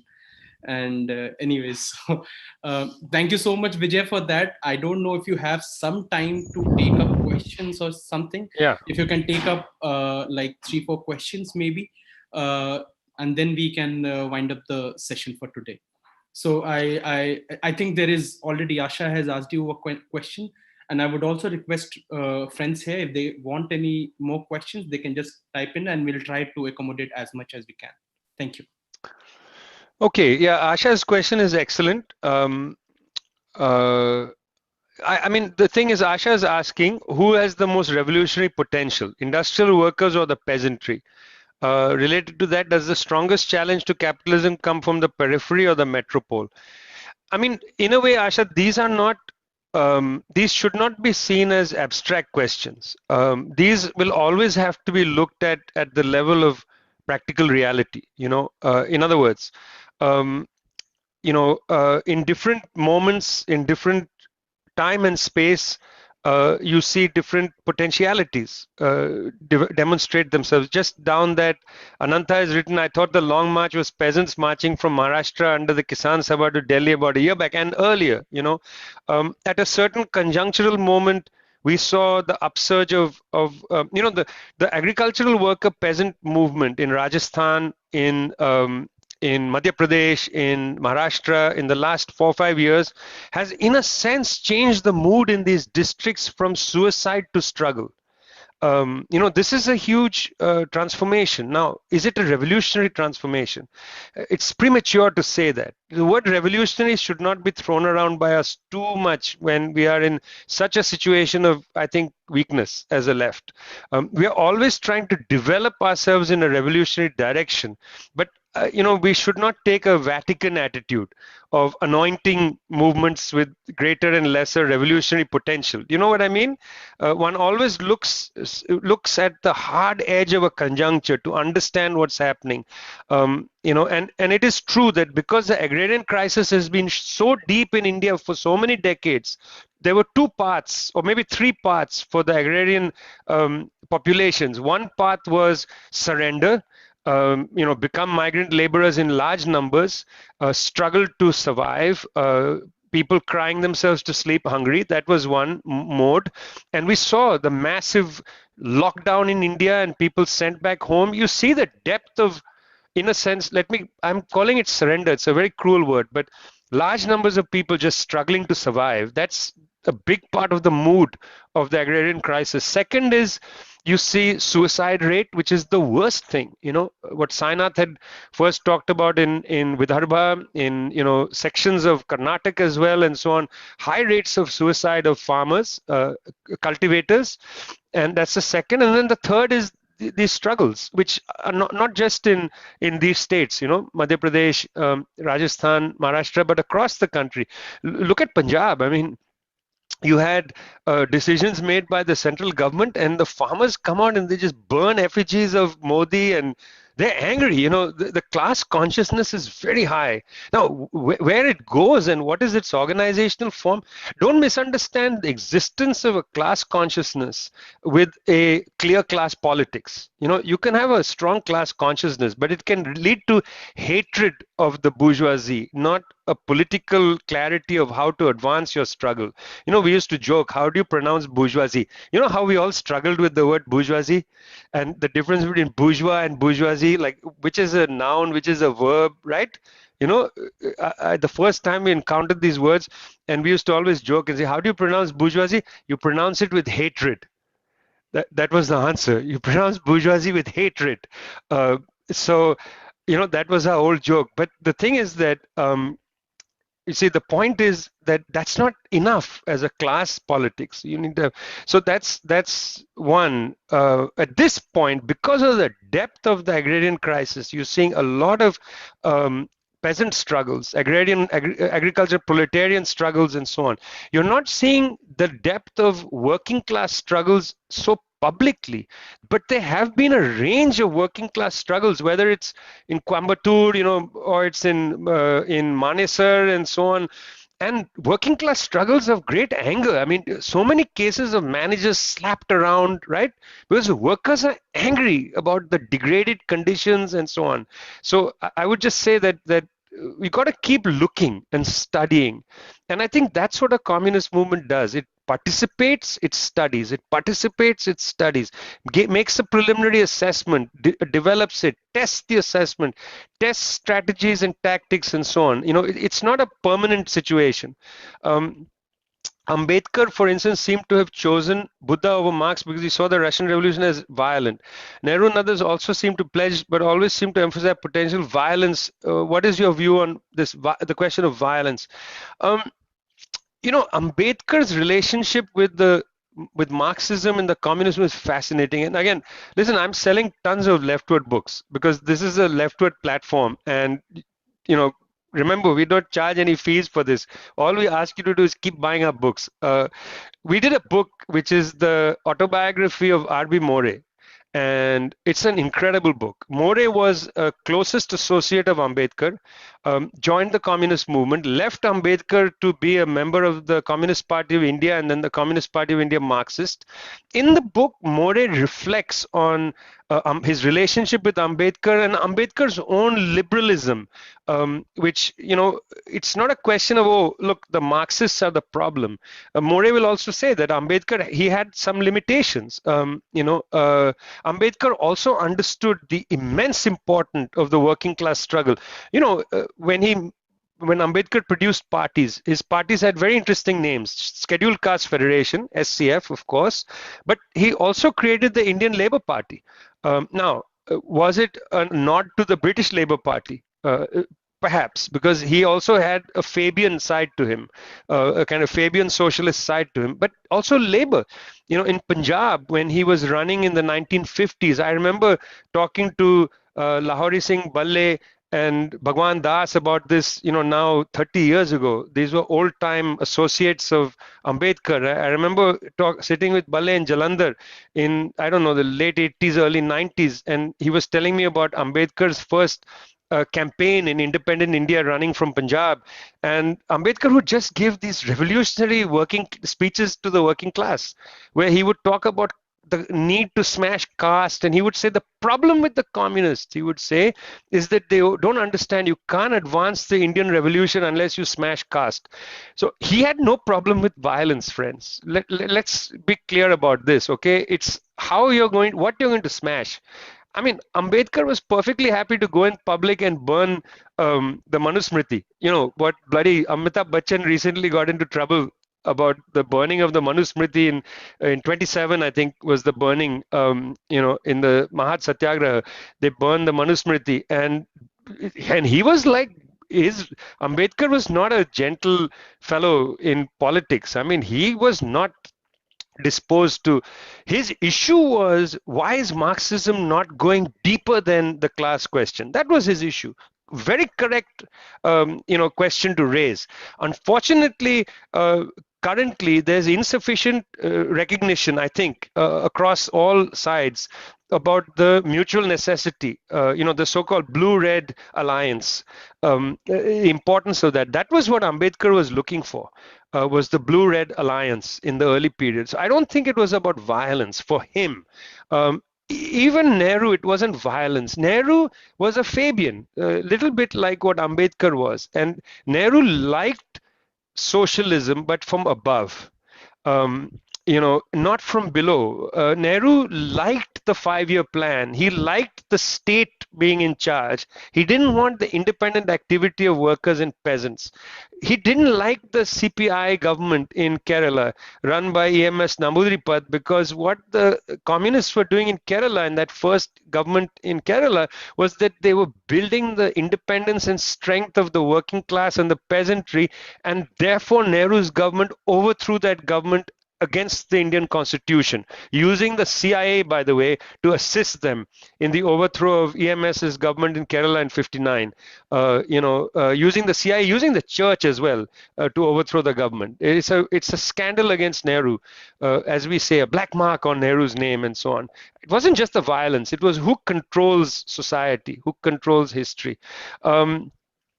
Yes, okay. Why did M.N. Roy say that the Comintern should support the propertyless peasants and not the bourgeois democratic? What were the key differences he had with Lenin, the peasant question? But I actually don't think M.N. Roy articulated a difference with Lenin on the peasant question. The difference was about how to assess the bourgeois democratic anti-colonial force. In other words, like in India, the Congress party. That's where the difference lay. In terms of the peasantry, there was, I have never seen M.N. Roy in that period have a debate with Lenin on anything. I mean, on these class questions. I think there was unanimous agreement on that. There's a question, can you clarify this from the thesis on the Eastern question? The creation of separate European communist organizations in the colonies is a hidden form of colonialism and furthers only the interests of imperialism. Any attempt to build communist organizations on the basis of national characteristics contradicts the principle of proletariat. This is a really important point.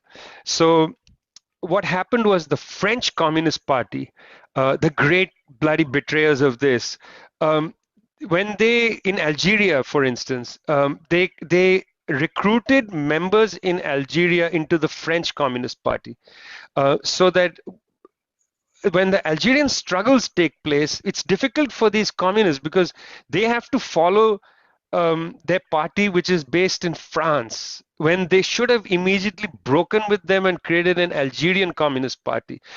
Or for instance, in Indochina, there was a French Communist Party section, small, very small, mainly Europeans in Indochina and Vietnam. But Ho Chi Minh and company, Ho Chi Minh was a member of the French Communist Party. He breaks with that and he creates the Indochinese movement. So what they're saying there is, don't camouflage. Like in India, Indian communists should not be under the British Communist Party. That's why the formation of the Indian Communist Party in Tashkent in 1920 is so important, because it was one of the first examples. I want you to underline this. One of the first examples of a communist party created for a colonial context, which was not yoked to the Communist Party of the colonizing power.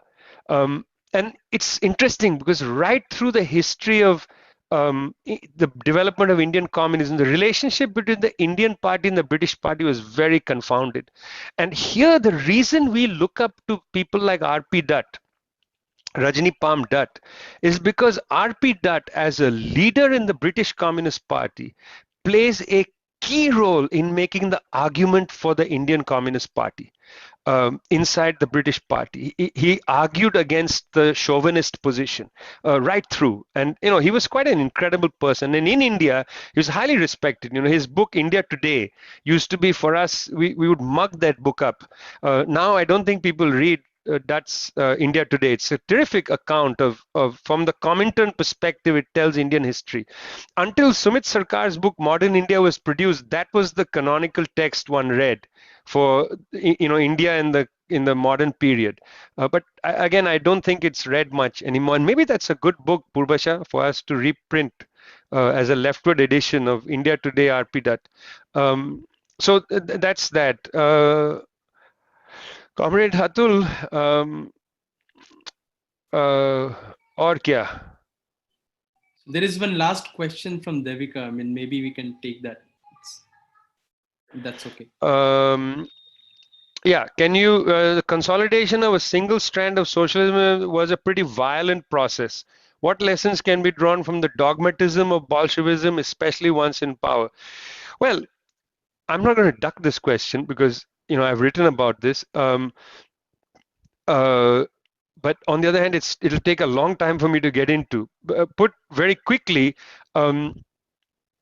look, a close assessment of 1917 to, let's say, 1925, when the Soviet Constitution is put up. This was a period of, I think, great turmoil inside the Soviet Republic and then the USSR. You know, they attacked immediately and so on. And then there's a debate inside because the Bolsheviks wanted to drive a hard agenda of land reform, of bringing food into the cities, of very quickly getting out of the war and yet creating a Red Army to defend the USSR. It's a very complicated thing because we're going to establish peace, we're going to pull out of the war, but you're attacking us now. So we're not able to get out of the war. So we're going to have to pull out of the war to prepare for a defense of our country, which is to create the Red Army. All this put the question of essentially socialist democracy on the table. And there were some organizations like the socialist revolutionaries, even sections of the Mensheviks, that took a completely contrary position. And now we are at the stage of not just the Bolshevik revolution, but Julius Nyerere, who is a great, wonderful man, comes to power in Tanzania. And Nyerere says, what does one do when a fledgling colonial power gets freedom? Do we allow a multi-party parliament where the imperialists will come in and interfere and take advantage of the gaps between us and overcome us and not allow us to drive an agenda? Or do we create a single party government in the transitional period? This is not a problem just of the USSR or of communism. This is Julius Nyerere, who was a national liberation leader, and he goes for the single party option. Now, we can have debates about how long should the transitional period last and so on.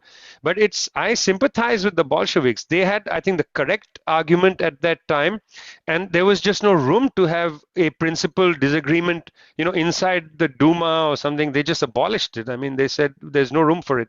Not right now. I mean, we can't have a debate with the Mensheviks, you know, oh, you guys don't want to do land reform. Okay, let's have a vote on land reform. No, we won the revolution for land reform. We can't now, having won the revolution for land reform, open a debate with sections of the liberal bourgeoisie about the efficacy of land reform. So yes, there was a stifling of, let's call it, debate, but then that debate can also be against the will of the people, because the bourgeoisie then will overwhelm the people's demands, as you see over and over again in bourgeois democratic setup. Somebody will win an election saying we're going to do this, and then they do the exact opposite once in power. Is it really democratic to do that, to win an election saying we're going to prevent hunger, and then you come in and you exacerbate hunger? How democratic is that? Just because you have multi-party betrayal of the people doesn't make it more democratic, is the point I think we can make. Multi-party betrayal is still betrayal. You can be more democratic in this way, perhaps. It's a debate we can have, friends, but I want us to be a little, I think, generous. The violence, yes, people were killed. The Tsarist lot were killed. Also, remember, they prosecuted a war against the revolution. They were fighting a war. They got slaughtered because they were on the losing side. I mean, that's the tragedy of their counter-revolution. They came riding in on their ponies and the people rose up and killed them. Yes, the Tsar and his family were killed. People hated them. How many people starved to death so that the Tsar had a big collection of Fabergé eggs? I mean, they were hated. They were ripped out of their palaces and slaughtered in the same way that in the French Revolution there was murderous violence. That's class hatred. I mean, look at the case of Bombay. If a revolutionary situation develops, Mr. Ambani, what is going to happen to that bloody Antilla building of yours? It will be razed to the ground, and it should be. It is an abomination. It's a slap in the face of starving children in Bombay that you have this hideous monument to advanced capitalism staring slum children in the face as they struggle to eat. Levels of hatred will come and there will be violence. That's what Fanon is writing about in the chapter concerning violence in Wretched of the Earth. A party doesn't have to say go out and conduct violence. No, this is the basis of class freedom. That violence is spontaneous. A lot of the violence in the first period of the Soviet period was spontaneous. People just going out there and killing their lords. That's what happens. That's exactly what happens. That happens in all peasant rebellions. When a peasant rebellion happens, there is atrocious violence. Why? Because the peasants have suffered structural and physical violence for generations, and there are accumulations of resentment and hatred that come out. So listen, far be it from us to judge these things in such a trivial way, like, oh well, it's violent and therefore we are against violence. It's a luxury to be against violence.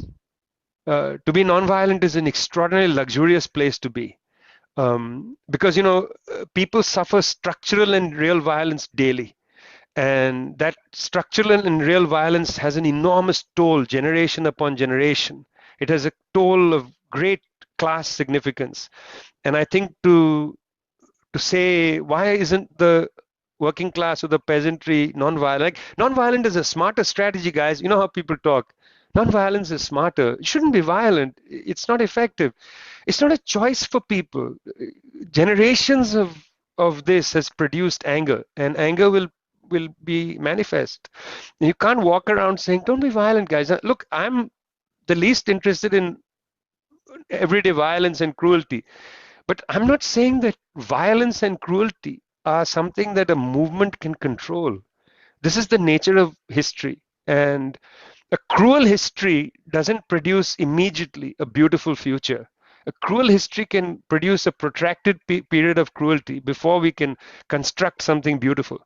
And I think that's something to face up to. That's something to face up to. That's something to face up to. I mean, I'm not saying this with pleasure, just to mind you. I don't take pleasure in this. I'm generally, I'm not a pacifist or anything, but I generally take offense at cruelty. I'm not saying this with pleasure. I'm saying this with a sense of history and reality. I don't like it, but it's what we have.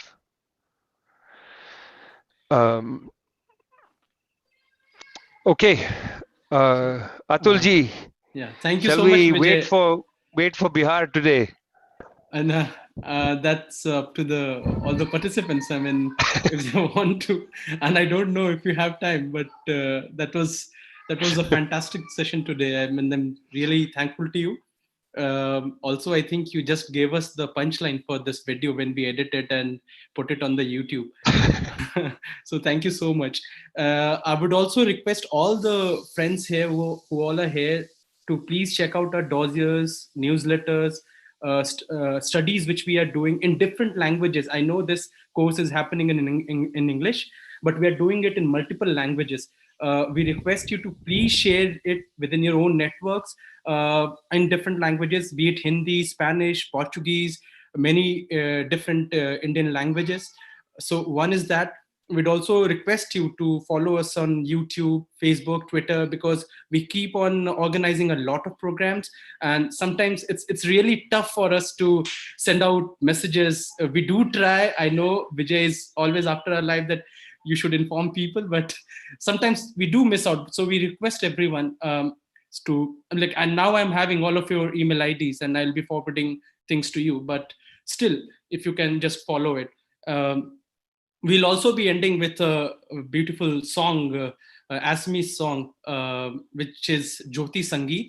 Jyoti Sangeet was a tall left cultural icon of Assam named Jyoti Prasada Agarwala. The song became almost like an anthem for the progressive movements in Assam, appealing to the youth who has the strength to win the world, to come forward to build a strong India. So I would request Daniel if you can play that song for us. Thank you. Thank you, everyone. Thank you, Vijay.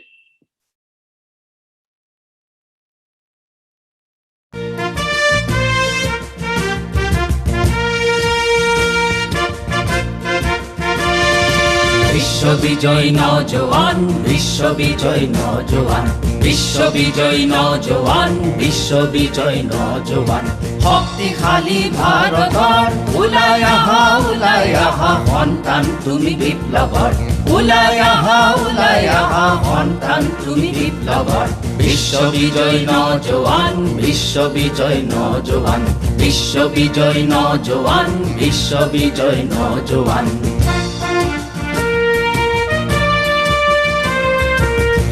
সমর ভয় না করিবি মুক্তি যুঁজাৰু হুঁচিয়াৰ হুঁচিয়াৰ সমর ভয় না করিবি মুক্তি যুঁজাৰু হুঁচিয়াৰ হুঁচিয়াৰ মৃত্যু বিজয় কৰিব লাগিব স্বাধীনতাৰ খুলি দুৱাৰ মৃত্যু বিজয় কৰিব লাগিব স্বাধীনতাৰ খুলি দুৱাৰ বিশ্ববিজয় নওজোৱান বিশ্ববিজয় নওজোৱান বিশ্ববিজয় নওজোৱান বিশ্ববিজয় নওজোৱান